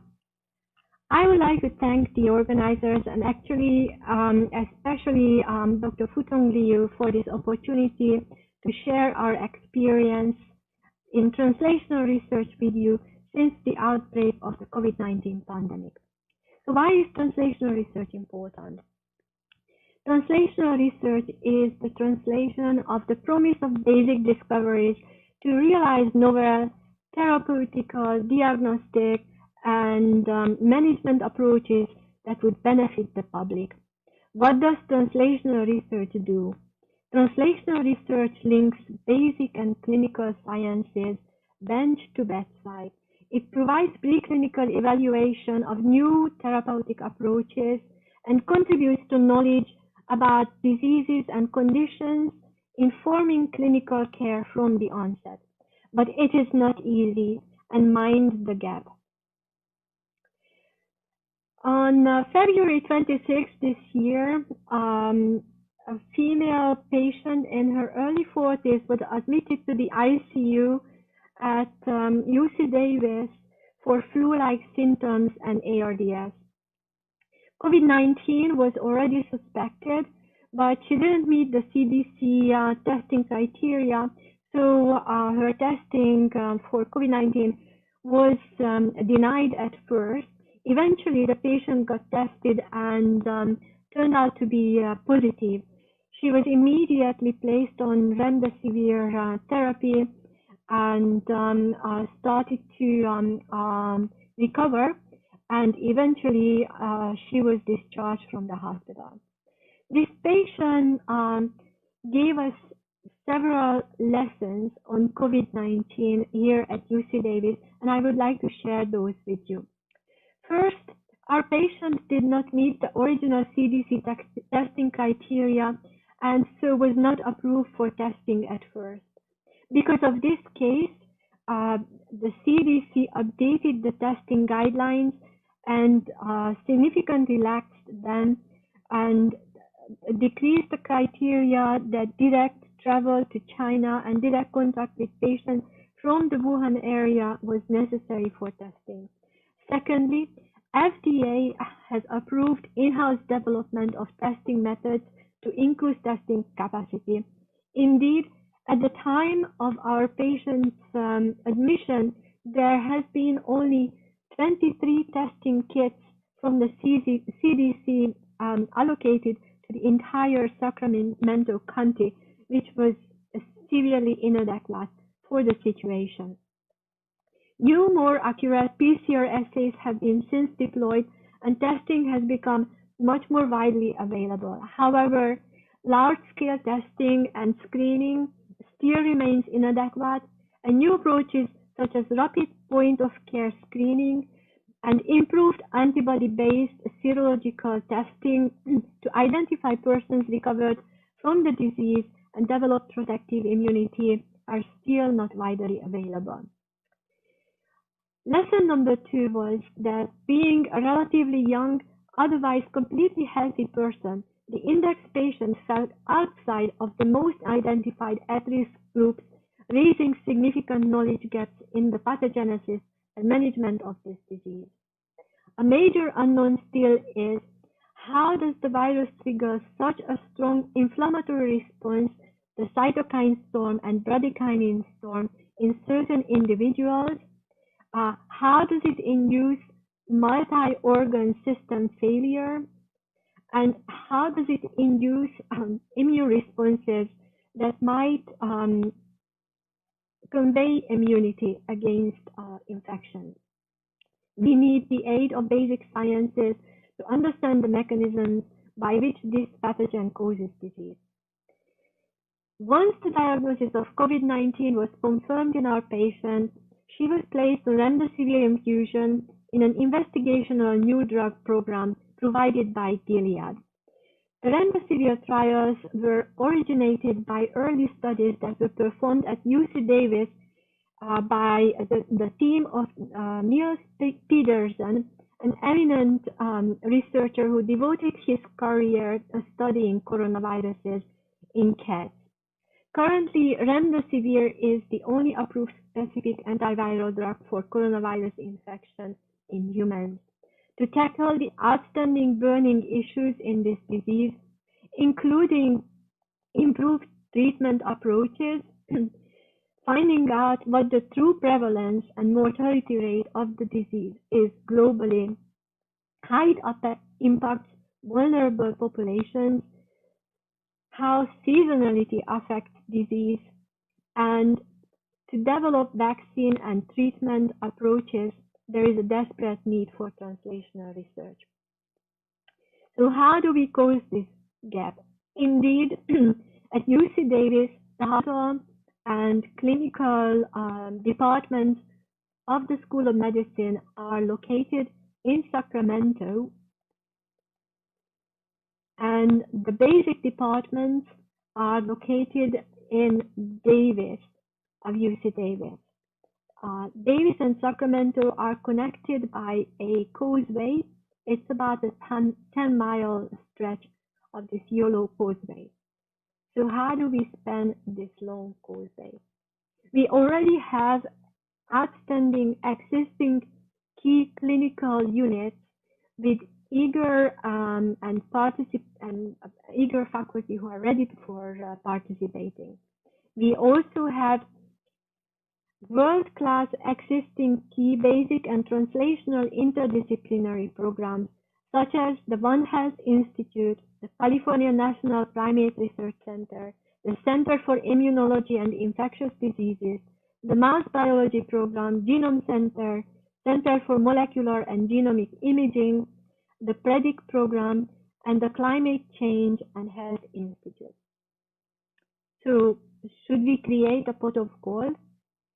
Or should we just let this scary, nasty pandemic to bring everyone together for research?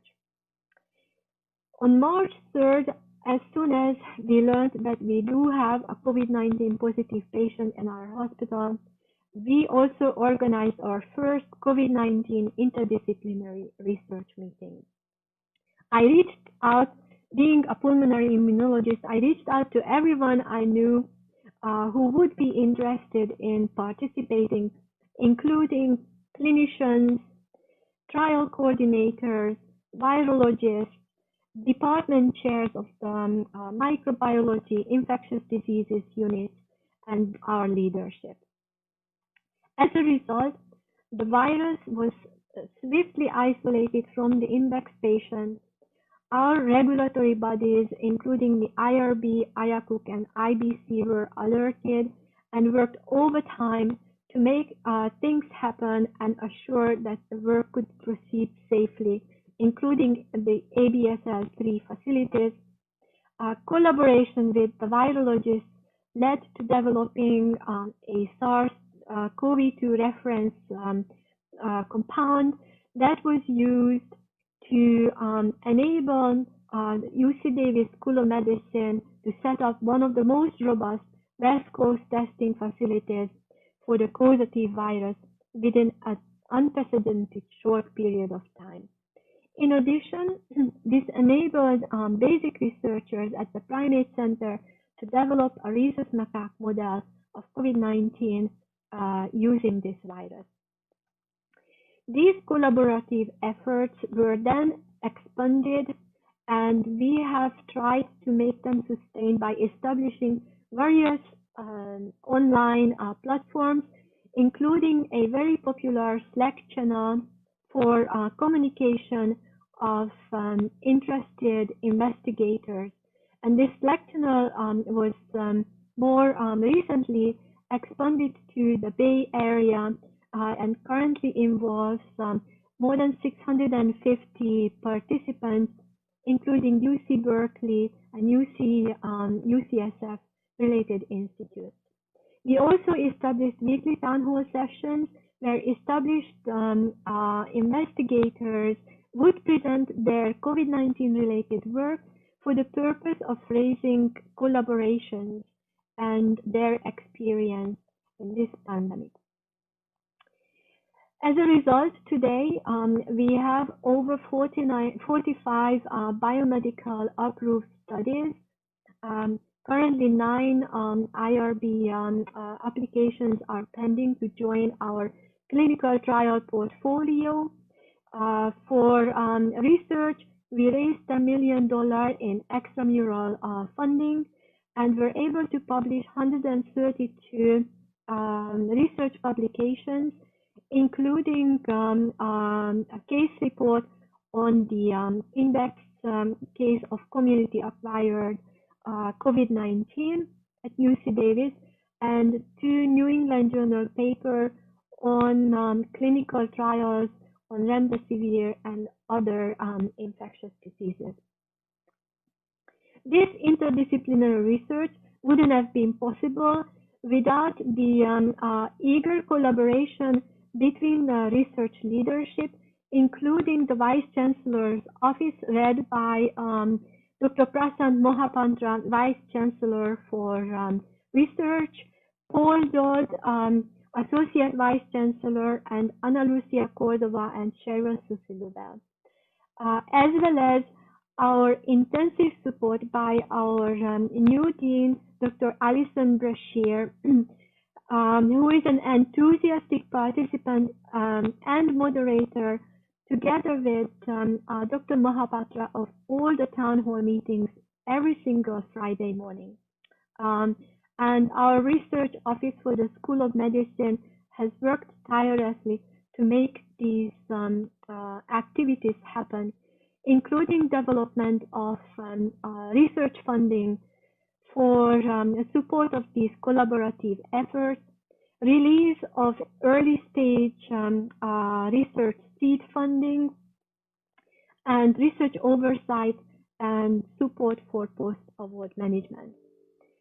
Our ideas are to align and develop a mobilizable scientific expertise that can participate both in basic efforts involving the One Health Institute and worldwide monitoring programs, as well as the treatment of the disease in the medical school and the nursing school, involving our translational and clinical trial centers. So I would like to give you a flavorful of our activities at UC Davis for the remaining of the time. We are tackling all approaches of this disease, including the inflammatory pathways that the virus infection ensures and evokes in the lung as well as in other organs, the immune responses that are generated, including immunoglobulin production for both detection and combat of the disease. And then a holistic approach involves socioeconomic aspects of studying this disease as well. I would like to start with our large clinical vaccine trial, into which we were able to recruit 200 participants. This was as a result of a teamwork between our pulmonary and CTSC team that developed study pages that allows participants to sign up. So why do we need huge numbers to be recruited in these clinical trials? Trial results have to be scientifically convincing and reliable. They have to be randomized and double-blinding and must be performed in a susceptible population. The results need to be generalized. If there are no COVID-19 cases in the group getting the placebo, which is the control group, it will be impossible to tell if a vaccine is worked or not. The results need to be generalized and applicable in regions and countries with high rates of the disease and subgroups, including different ages and different ethnicities. The trial should provide reassurance of long-term safety with clear messages on benefits and risks, and the drug and vaccine has to be available in sufficient doses. Our success was assured with intensive behind-the-screen preparations, including public relations efforts, with lots of newspaper articles and television appearances by participants, as well as our leadership, including our deans.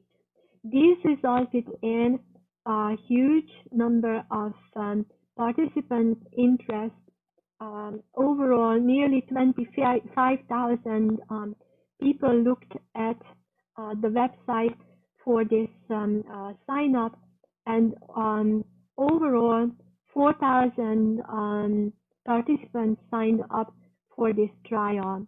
We are also very proud of the diversity of our final cohort selection of 200 participants, with 29% Caucasian, 30% Latinx, 4% Alaskan Native American, 19% Asian American, and 14% African American.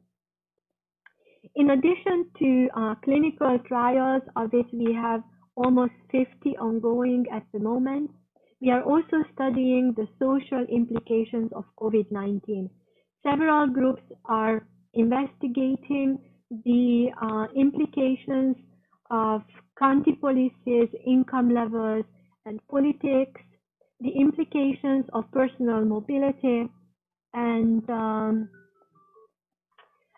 the implications of the mobility changes on personal health and lifestyle. Our research is not only limited to UC Davis, but to the entirety of California, and collaborations are established indeed throughout the country. We have a very robust data science research going on with the leadership of Nicholas Anderson. He's particularly interested in virtual biospecimen platforms, looking at biospecimen accessibility and biospecimen data accessibility.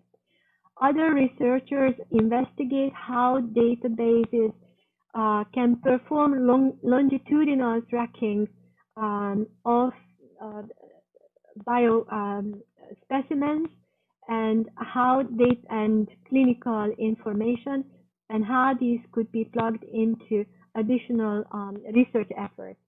We have testing and screening research efforts going on as well.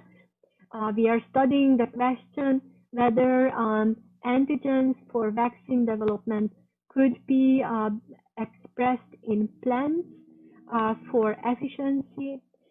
And we have also developed a high throughput testing method utilizing PCR technology.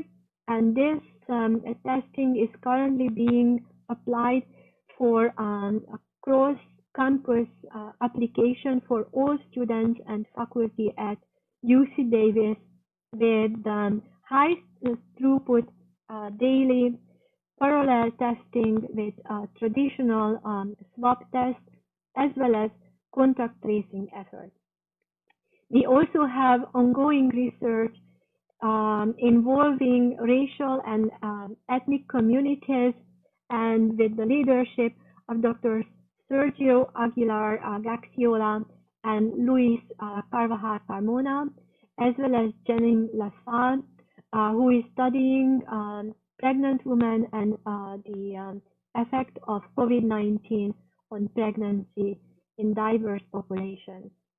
We have established a strong connection with engineering and innovation projects. Just a few of ongoing projects include 3D printing of face shields and swabs, and development of a polyvalent SARS-CoV-2 capture system using beta solenoid protein polymers that could be included in masks and other clothing. We have a world-class mass biology program, and mice are genetically modified using the CRISPR-Cas9 technology to be available for COVID-19 modeling. We also have a world-famous non-human primate model of COVID-19 that, as I mentioned, was originally established using the virus isolated from our index patients. This model displays very similar symptoms to human COVID-19 and has been harnessed for numerous trials for pharmaceutical approaches as well as vaccine development. The One Health Institute is very actively participating in COVID-19 research and focused on zoonotic studies and utilizing information available on the bat species that has harbored the coronavirus SARS-CoV-2 and the biology of this virus. In addition to that, there is an NIAID UO1 program project that studies, that performs One Health surveillance throughout the world.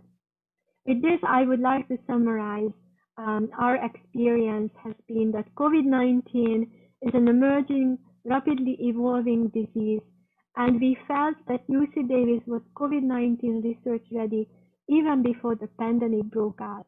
And this readiness was due to the strategic investment in clinical and translational infrastructure by our leadership. We also would like to highlight that team effort was paramount in achieving these results. Deep engagement of the UC Davis community led to an unprecedented COVID-19 response within a very short period of time to participate in research. Translational research links basic science, test treatment, and advanced medical sciences as we demonstrated here. But we need to develop better research tools, technologies, expertise, and expand collaborative networks that can quickly pivot to address urgent public health issues, not only for COVID-19, but also for future pandemics. Thank you for your Okay, we thank Professor Haczku for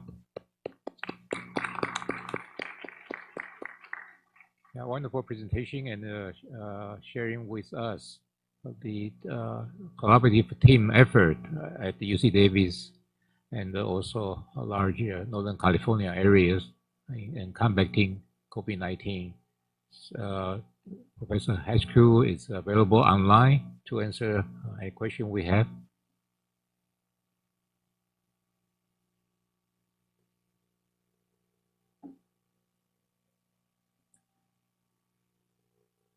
Yeah, so you mentioned about, I'm also very familiar with primate, National Primate Research Center. It's very valuable center in a pandemic like this. So could you share with us a little bit more activity there in terms of whether they have used that for any kind of vaccine development?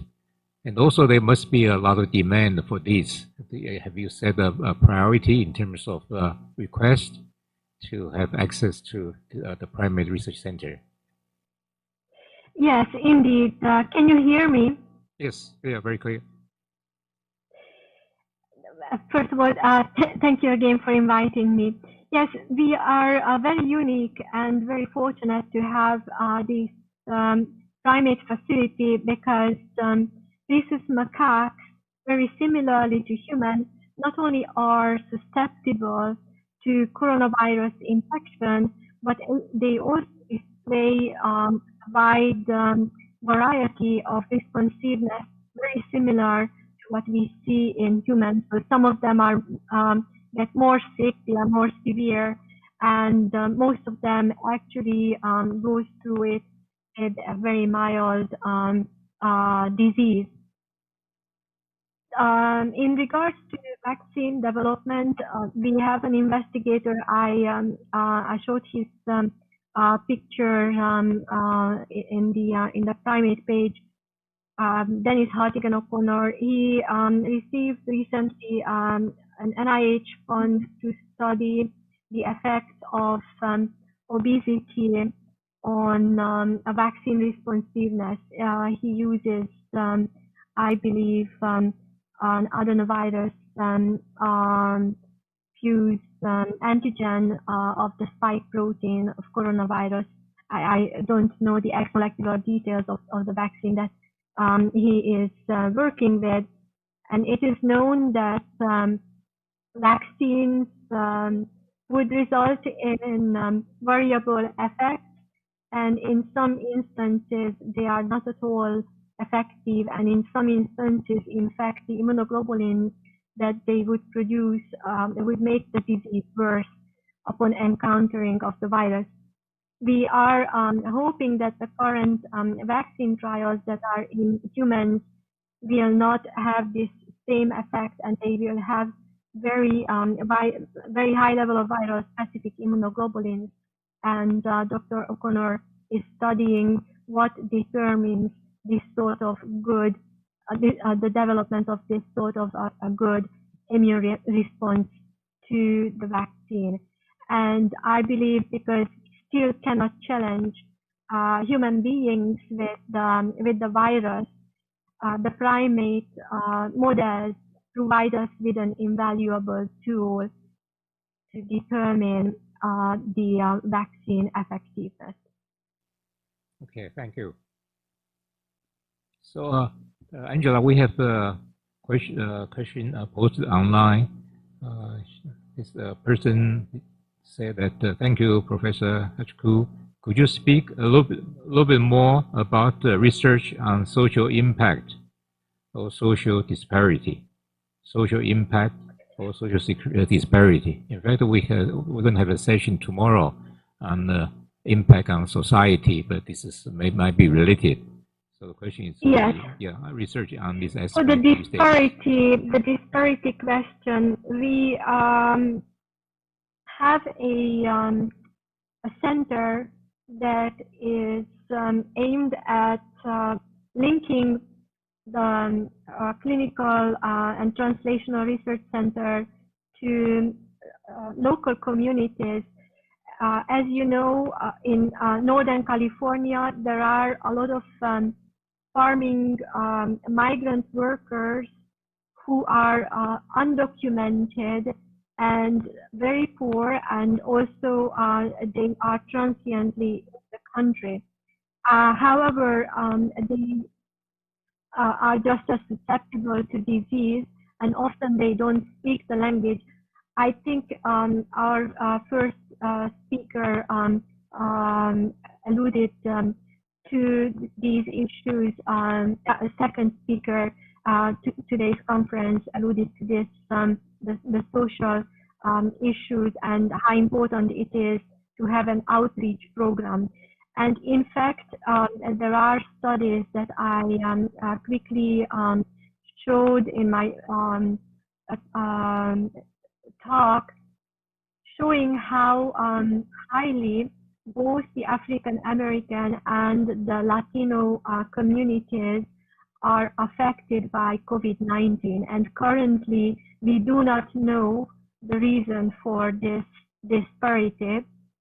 And there might be genetic susceptibilities, but also there might be other reasons, and it does require a very intensive research.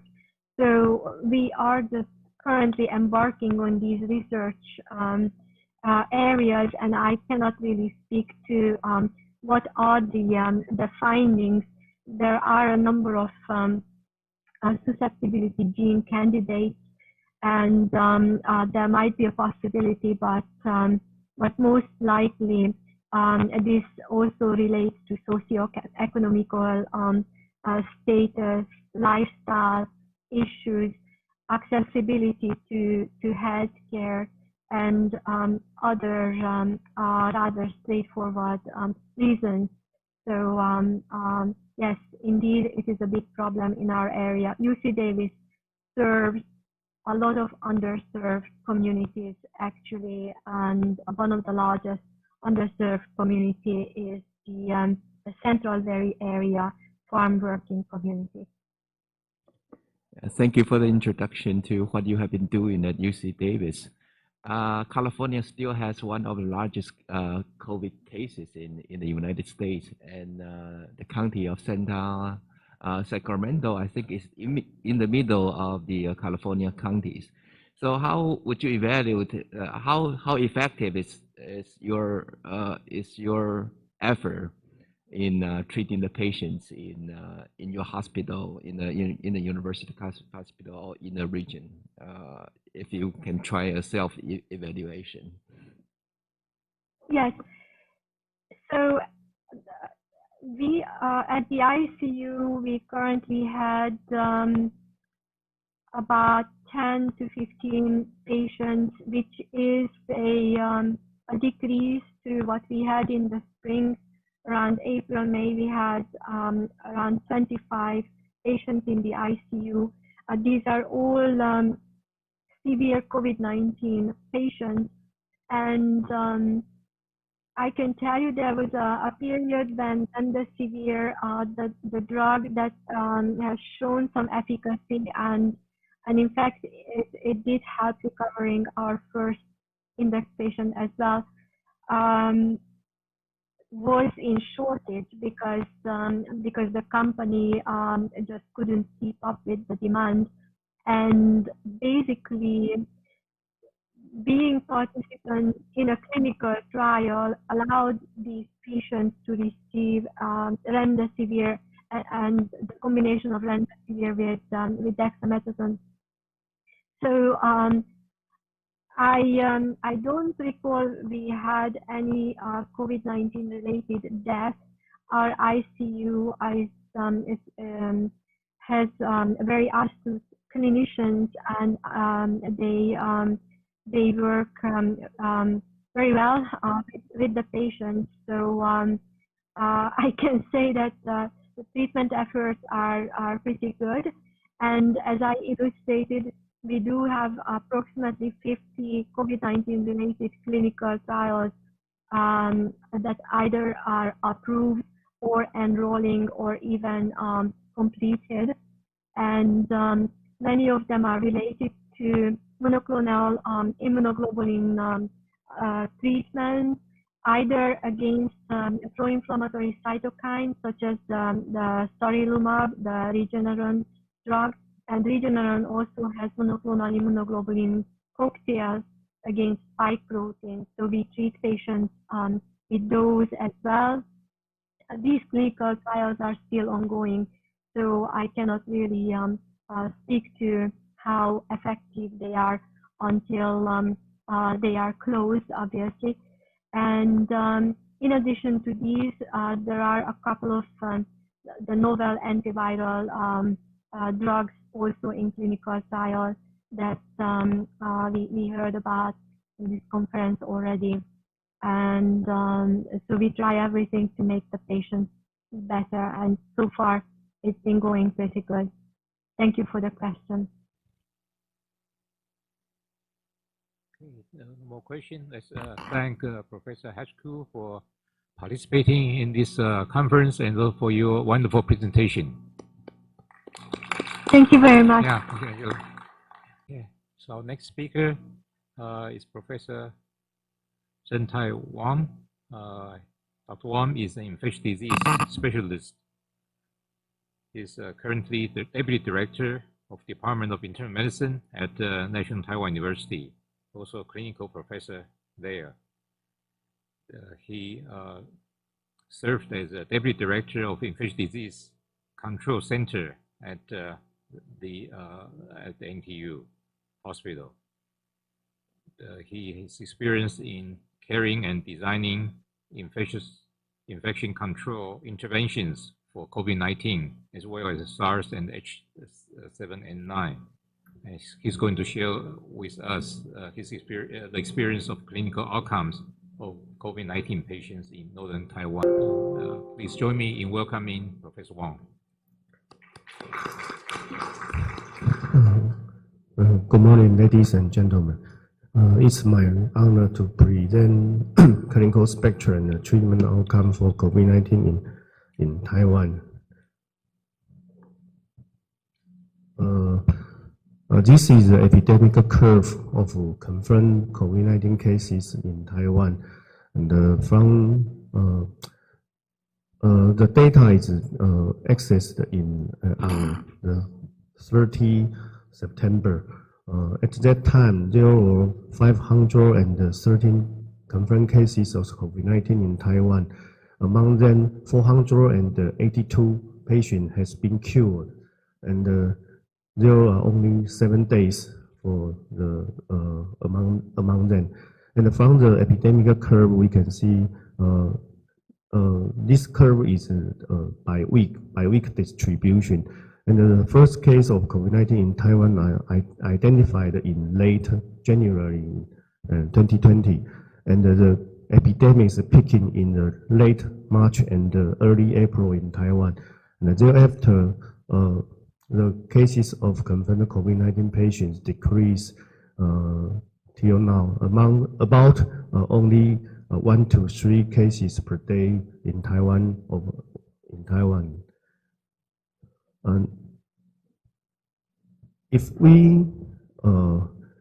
we look into how many cases of among these patients are indigenous or imported, we can see that about 10% of among these 500 patients were indigenous, so-called domestic case, and till now there were about 25 weeks that there have no more any domestic case of COVID-19 patients identified in Taiwan. This means more than 6 months in Taiwan there were no any domestic case of COVID-19 because of successful control in the country borderline. And if we also look into the domestic case of Taiwan and see the geographic distribution of these patients, we can see most of domestic patients come from the New Taipei City and the Taipei City, and also the Taichung City, Changhua City. I think because more people travel to foreign countries, among these cities. So when the imported case returned to Taiwan, and they caused some local transmission to their family or to their family or friends. Therefore, the domestic case is also more prominent during these cities. And if we look into the age and the sex distribution among these 500 patients, we can see the male to female ratio was around 1, and it is interesting because some friend has asked me why during the young age group why the female cases are slightly more than male patients. I think this may need to look into the this age group more details, because it may be due to slightly more female people, they go foreign country and return to Taiwan, and therefore slightly more female patient was identified in Taiwan. This is some interesting finding during the young adults, means from age 19 years to 29 years. In the early epidemic of COVID-19, Taiwan CDC has developed a treatment guideline for COVID-19 patients. Here I will give some highlight of the treatment guideline. The first, once a COVID-19 patient has been identified, we will immediately implement appropriate infection prevention and control measures. This includes put this patient in the hospital, and this patient should be cohort or isolated in a negative pressure room or single patient room, and all visitors were prohibited or completely prohibited, and every healthcare worker who care this patient should be put on well-designed personal protective equipment. And some treatment suggestion has been given here. We initially use supportive care and closely monitoring for this patient.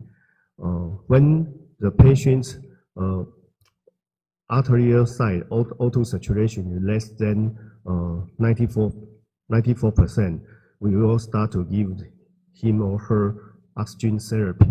And we use conservative fluid management if there is no shock in the clinical situation, because this could be avoid some lung edema for this patient. And we also give empirical antimicrobial agents, because in the early stage of the COVID-19 disease, there is no suggestion about the specific antiviral agent in the beginning.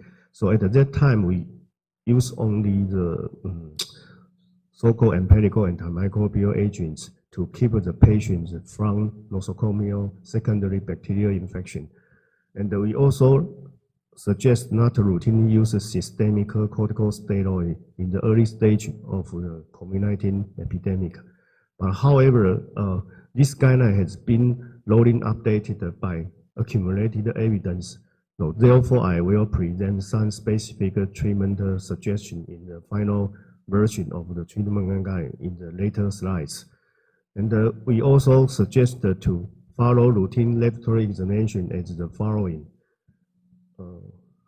We suggest to follow the hemogram, the coagulation profile, including prosorbing time and activated partial thromboplastin time, the D-dimer, BUN, creatinine, sodium and potassium level, alkaline phosphatase, bilirubin level, and the liver function, creatine kinase, albumin, lactic dehydrogenase, glucose, and the C-reactive protein. This is the overall inflammatory parameter. And if the hospital is available, the patient will be tested for interleukin-6 level in their serum, and also the ferritin level, procalcitonin level, urine analysis, and the chest X-ray.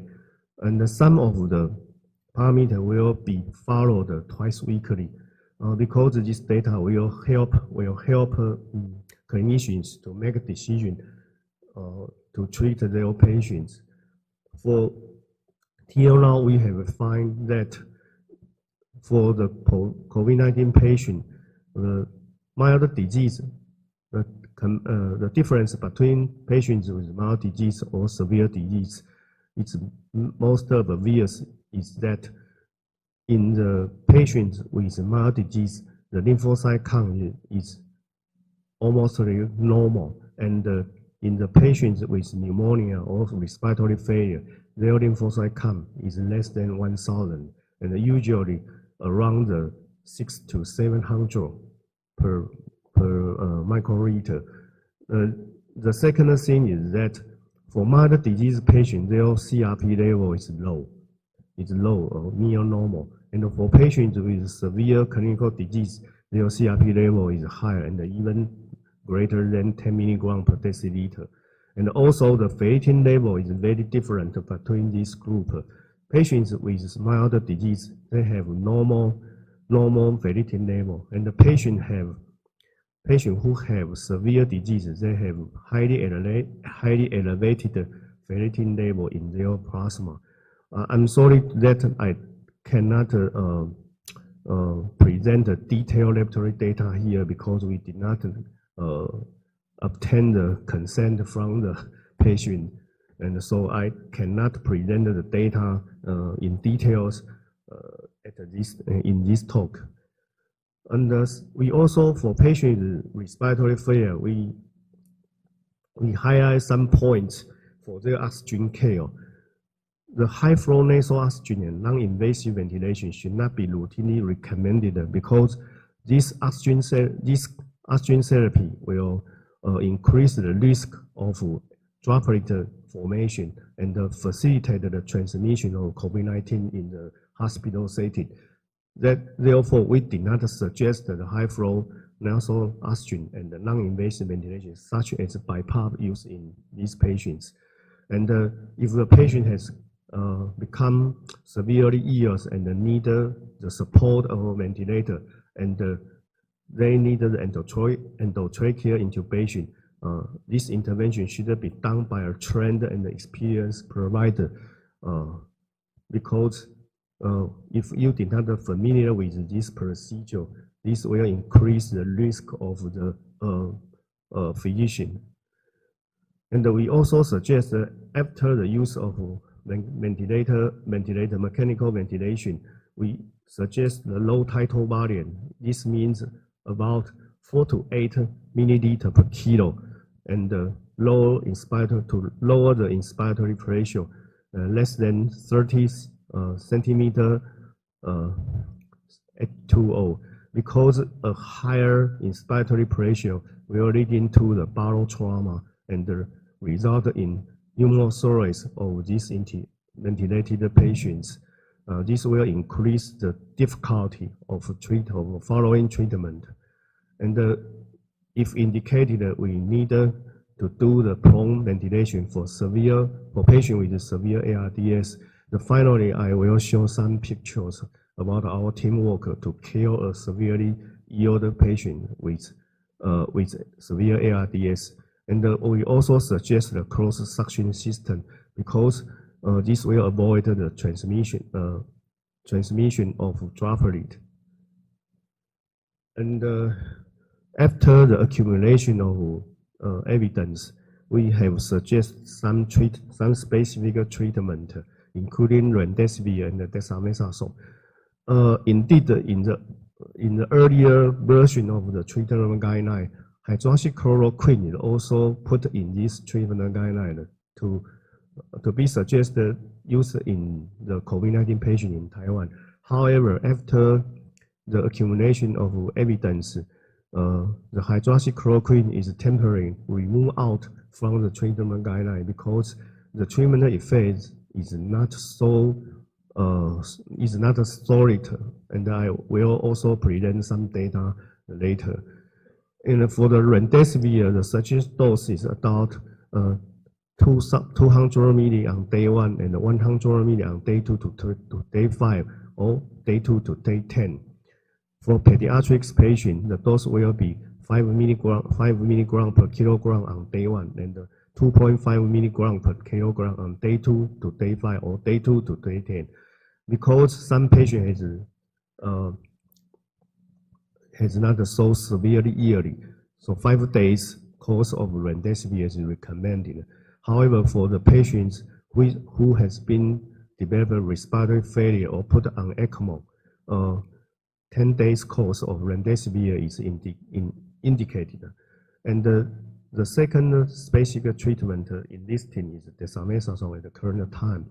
The suggested dosage is about 6 milligrams per day and less than 10 days. We can see from the news that the US president have receiving remdesivir plus dexamethasone and for his documented COVID-19 disease. And for pregnant women, because the dexamethasone is not approved for the use in the pregnant woman, so we will use prednisolone 40 milligrams per day and less than 10 days. Both remdesivir and dexamethasone were preserved for patients who need oxygen therapy. It means that if a patient has very, very mild disease or even so-called asymptomatic patients, we did not use this specific treatment for such kind of patients. And the following, I will present some more detailed situation about 217 cases of COVID-19 patients in the northern Taiwan, because we have some more detailed information about this patient group. For these 217 patients, I classified these patients into 3 groups. One is the first is patients without pneumonia. It's included 129 patients. The second is the patients with pneumonia, but they did not develop the respiratory failure. This accounted for 67 patients. And the last group, including the patients with pneumonia and the respiratory failure, there were 21 patients in total. For the age distribution, we can see there is a significant difference between these 3 groups. Patients with a very mild disease tends to be a very young age group compared to patients with pneumonia and respiratory failure. And the male to female ratio is usually around 1. However, for patients with pneumonia and respiratory, male patient seems slightly more than the female patients. And as the presentation in the previous slide, most patients of COVID-19 in Taiwan will travel back from other countries. And tracing back their travel history, indeed, these patients has been traveled to nearly everywhere from the world, including the Asia, North America, Europe, and Africa. The distribution of travel history is not different between these 3 groups. And if we look into the clinical manifestation of these patients, we can see in the patients without pneumonia, lower proportion has developed fever compared to the patients with pneumonia or with respiratory failure. And otherwise, the symptom is not different between the 3 groups. And we can see, indeed, in the early phase of the epidemic, we did not know that the COVID-19 will cause the disorder of taste or smell. However, after then, we can see that the mild disease patient tends to have disorder of smell and taste. The patients with severe disease did not have disorder of taste and the smell. However, I think this is something has some, maybe that can cause reporting bias because the patients proceeded into the severe disease, they cannot complain their disorder about the taste and the smell because something more severe bother him and he or she may miss or overlook the disorder of smell or taste. And among these patients, some treatment has been given. It's including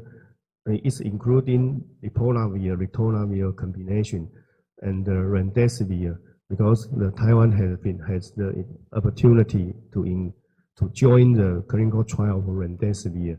So among these patients, there are 10 patients have the chance to approach remdesivir treatment. Indeed, the majority received hydroxychloroquine treatment.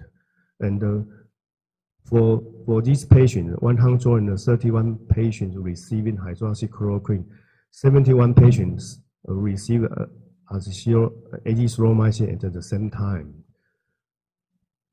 And if we look into the treatment outcome, we can see that the patients without pneumonia, the duration of virus shedding is around 24 days. And the pneumonia, patient is pneumonia but without respiratory failure, the virus shedding lasting for about 25 days. And the patient is pneumonia and the respiratory failure tended to have longer shedding duration of virus. The mortality also only occur in the patients of pneumonia and the respiratory failure.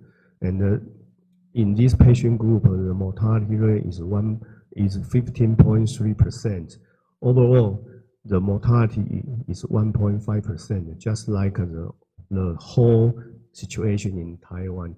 I mean, 7 days among the 517 patients at the current time. If we look into the duration of virus shedding and go into the subgroup analysis using the treatment modality, we can see that among the 79 patients received no specific treatment. The duration of virus shedding is 29.1 days. And the patients who received lopinavir and ritonavir, 6 patients, the duration of virus shedding is 26.7 days. And for the patient receiving hydroxychloroquine plus or without azithromycin, and the virus shedding days is 26.8 days. And for the 5 patients received the remdesivir, we can see that the duration of virus shedding is 21.8 days. It seems the virus shedding tends to be shorter among the patients receiving remdesivir. However, the number of cases is too limited, so I cannot make this conclusion that remdesivir indeed can shorten the duration of the virus shedding. But another question is that the duration of virus shedding is determined by the PCR result. As we know that a positive PCR result did not mean that the patient still have the infectiousness of his disease.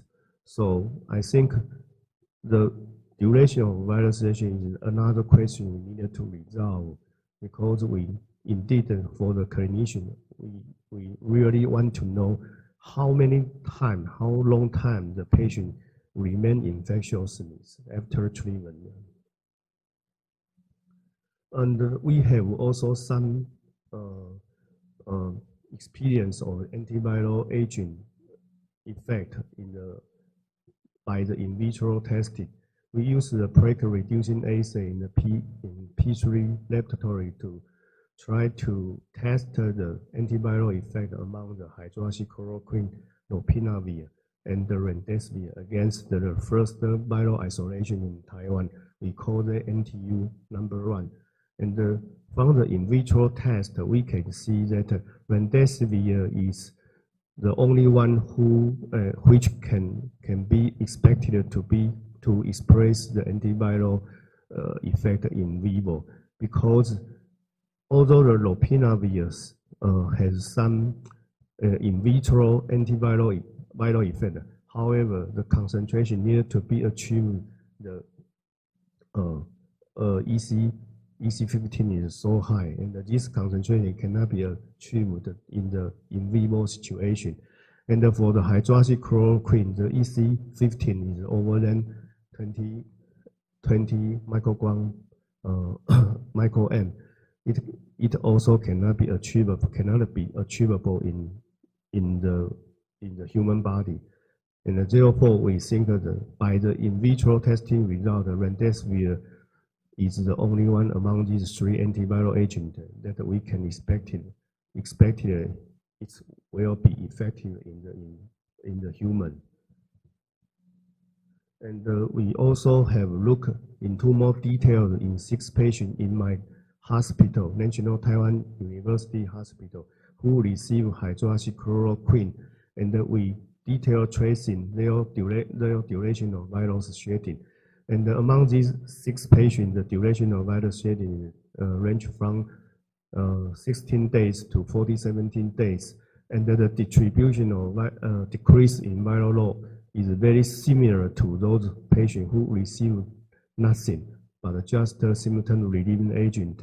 So therefore, this data is echo from the experience in 217 patients in northern Taiwan. The hydroxychloroquine seems did not have obvious treatment effect against the COVID-19. Finally, I will present cases of very severely ill patients and treated in my hospital. In my hospital, we have received 3 severely ill patients of COVID-19. The age of them is 50 years, 65 years, and 51 years. As I have mentioned that male patients seem to be accounted for a large proportion among the patients with severe ear disease, and all 3 patients with severe COVID-19 disease in my hospital were male. So they, of them, there are 2 have underlying disease. Case A is smoking and has double cured cancer. He has both colon cancer and bladder cancer, but both these 2 cancers has been cured at least for 5 years. And the case B have hypertension. Case C did not have any underlying disease. And the case 1 has lung and kidney failure during his clinical course. And the case B and case C has only lung respiratory failure during his clinical case.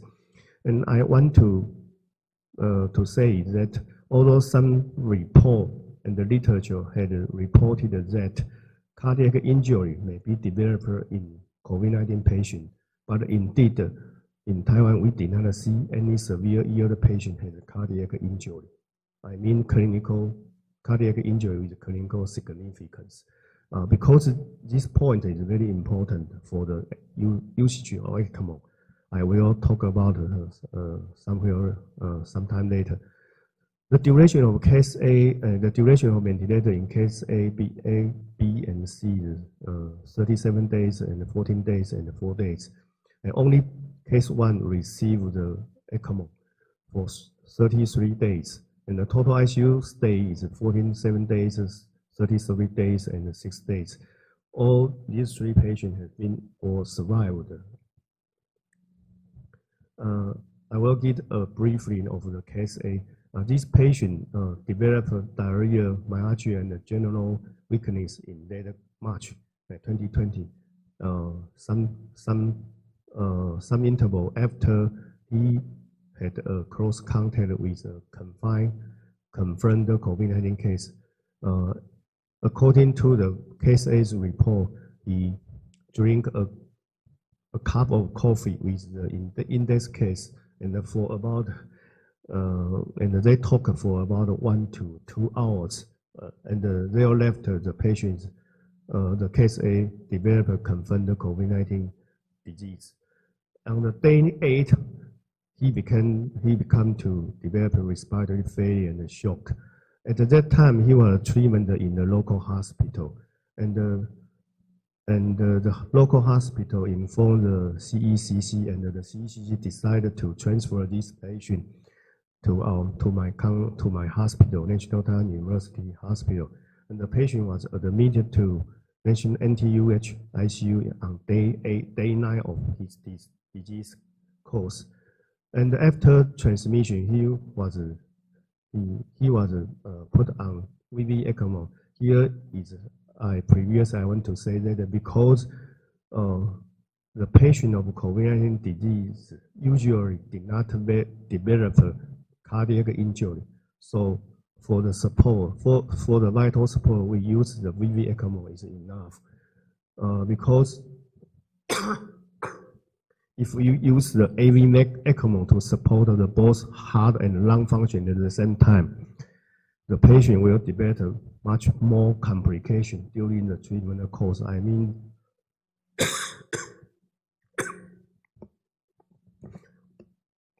sorry, I mean that such as thrombosis of artery and the gangrene of the limb, and develop more and more complication.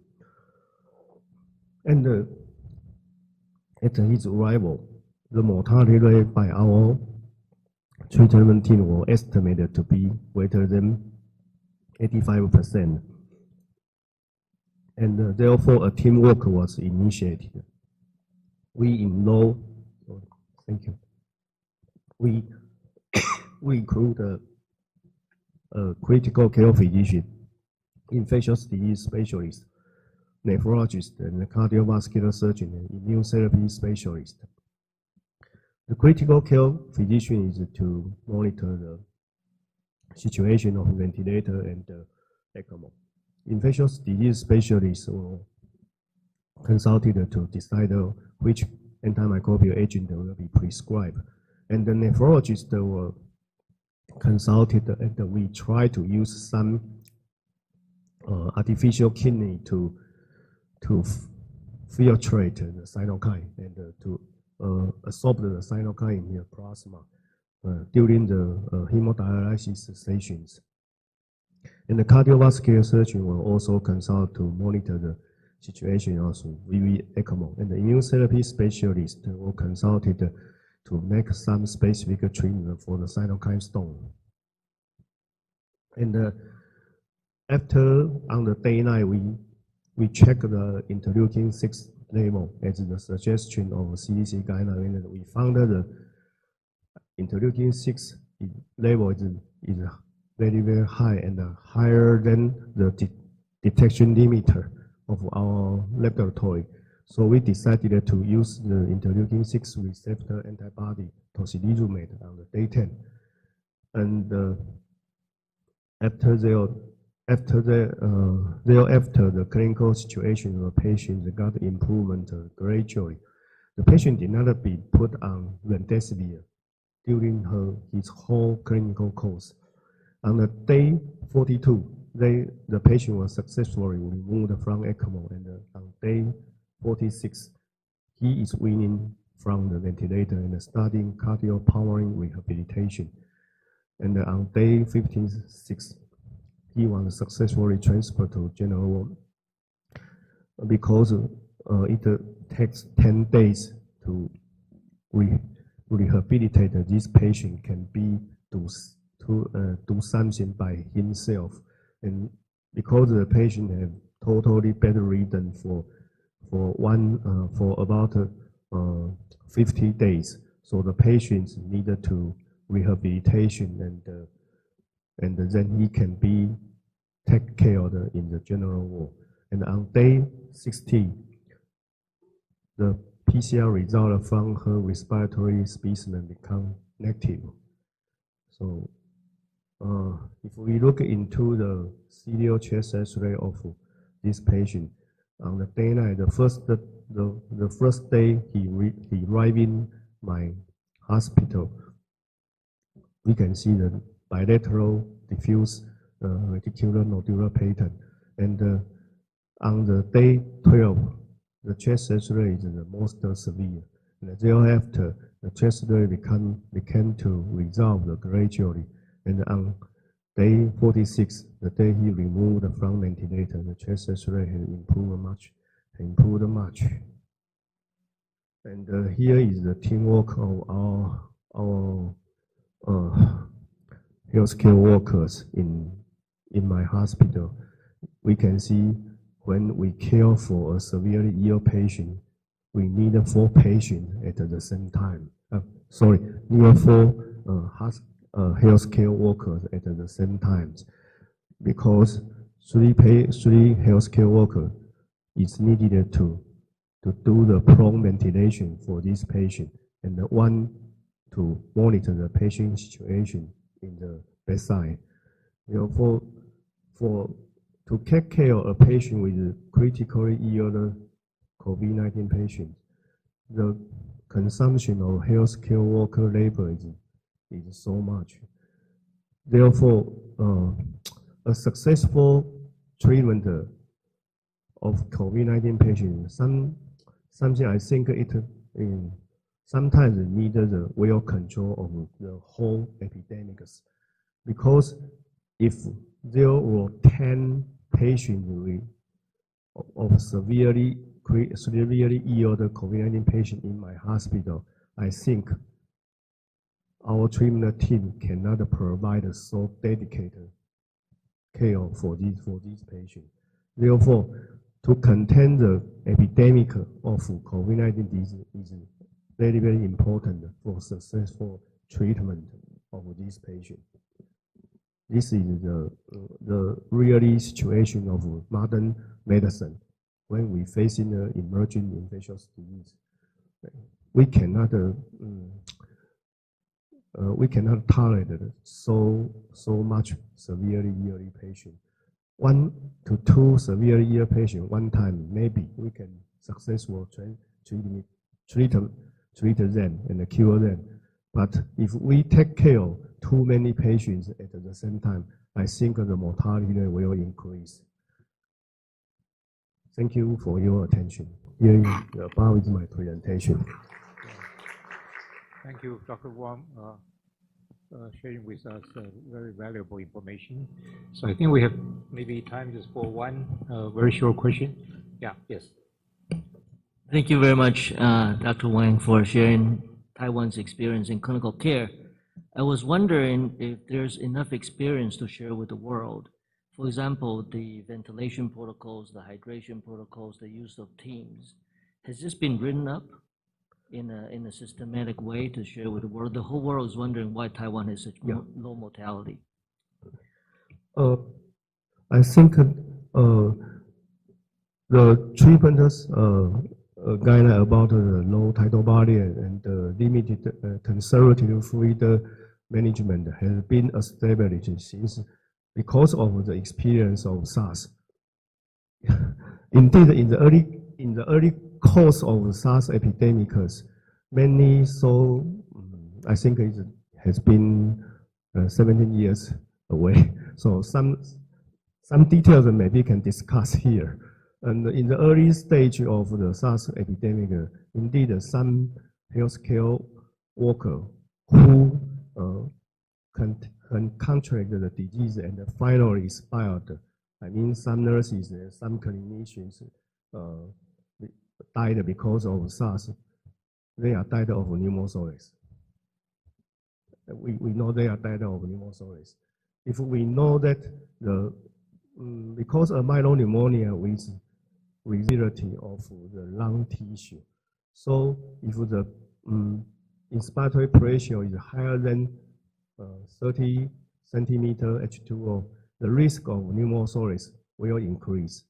And you can imagine that when a patient has been isolated in a negative pressure room and put on mechanical ventilation and he or she develops pneumothorax, it is very difficult to manage because the situation, because he was a respiratory failure, so we needed the palliative pressure respiration. However, the positive pressure respiration will make the situation of pneumothorax more severe. And this is a virtuous cycle. Therefore, when the patient develops pneumothorax, it will be very, very difficult for clinician to manage his situation. The second is the conservative fluid challenge. We encourage the patient to take meal from the oral intake. We did not suggest, especially for those can be the daily activity is still independent patient. We encourage this patient did not use the IV fluid because more IV fluid will make the situation of lung edema more severe and will compromise the oxygenation situation further. So we suggest did not use the fluid management and use a more conservative. This consensus is indeed has been achieved after the SARS epidemic. Yeah. Thank you. We are almost about half hour behind, so we thank Professor Wang for his presentation and also thank all the speakers in this morning session.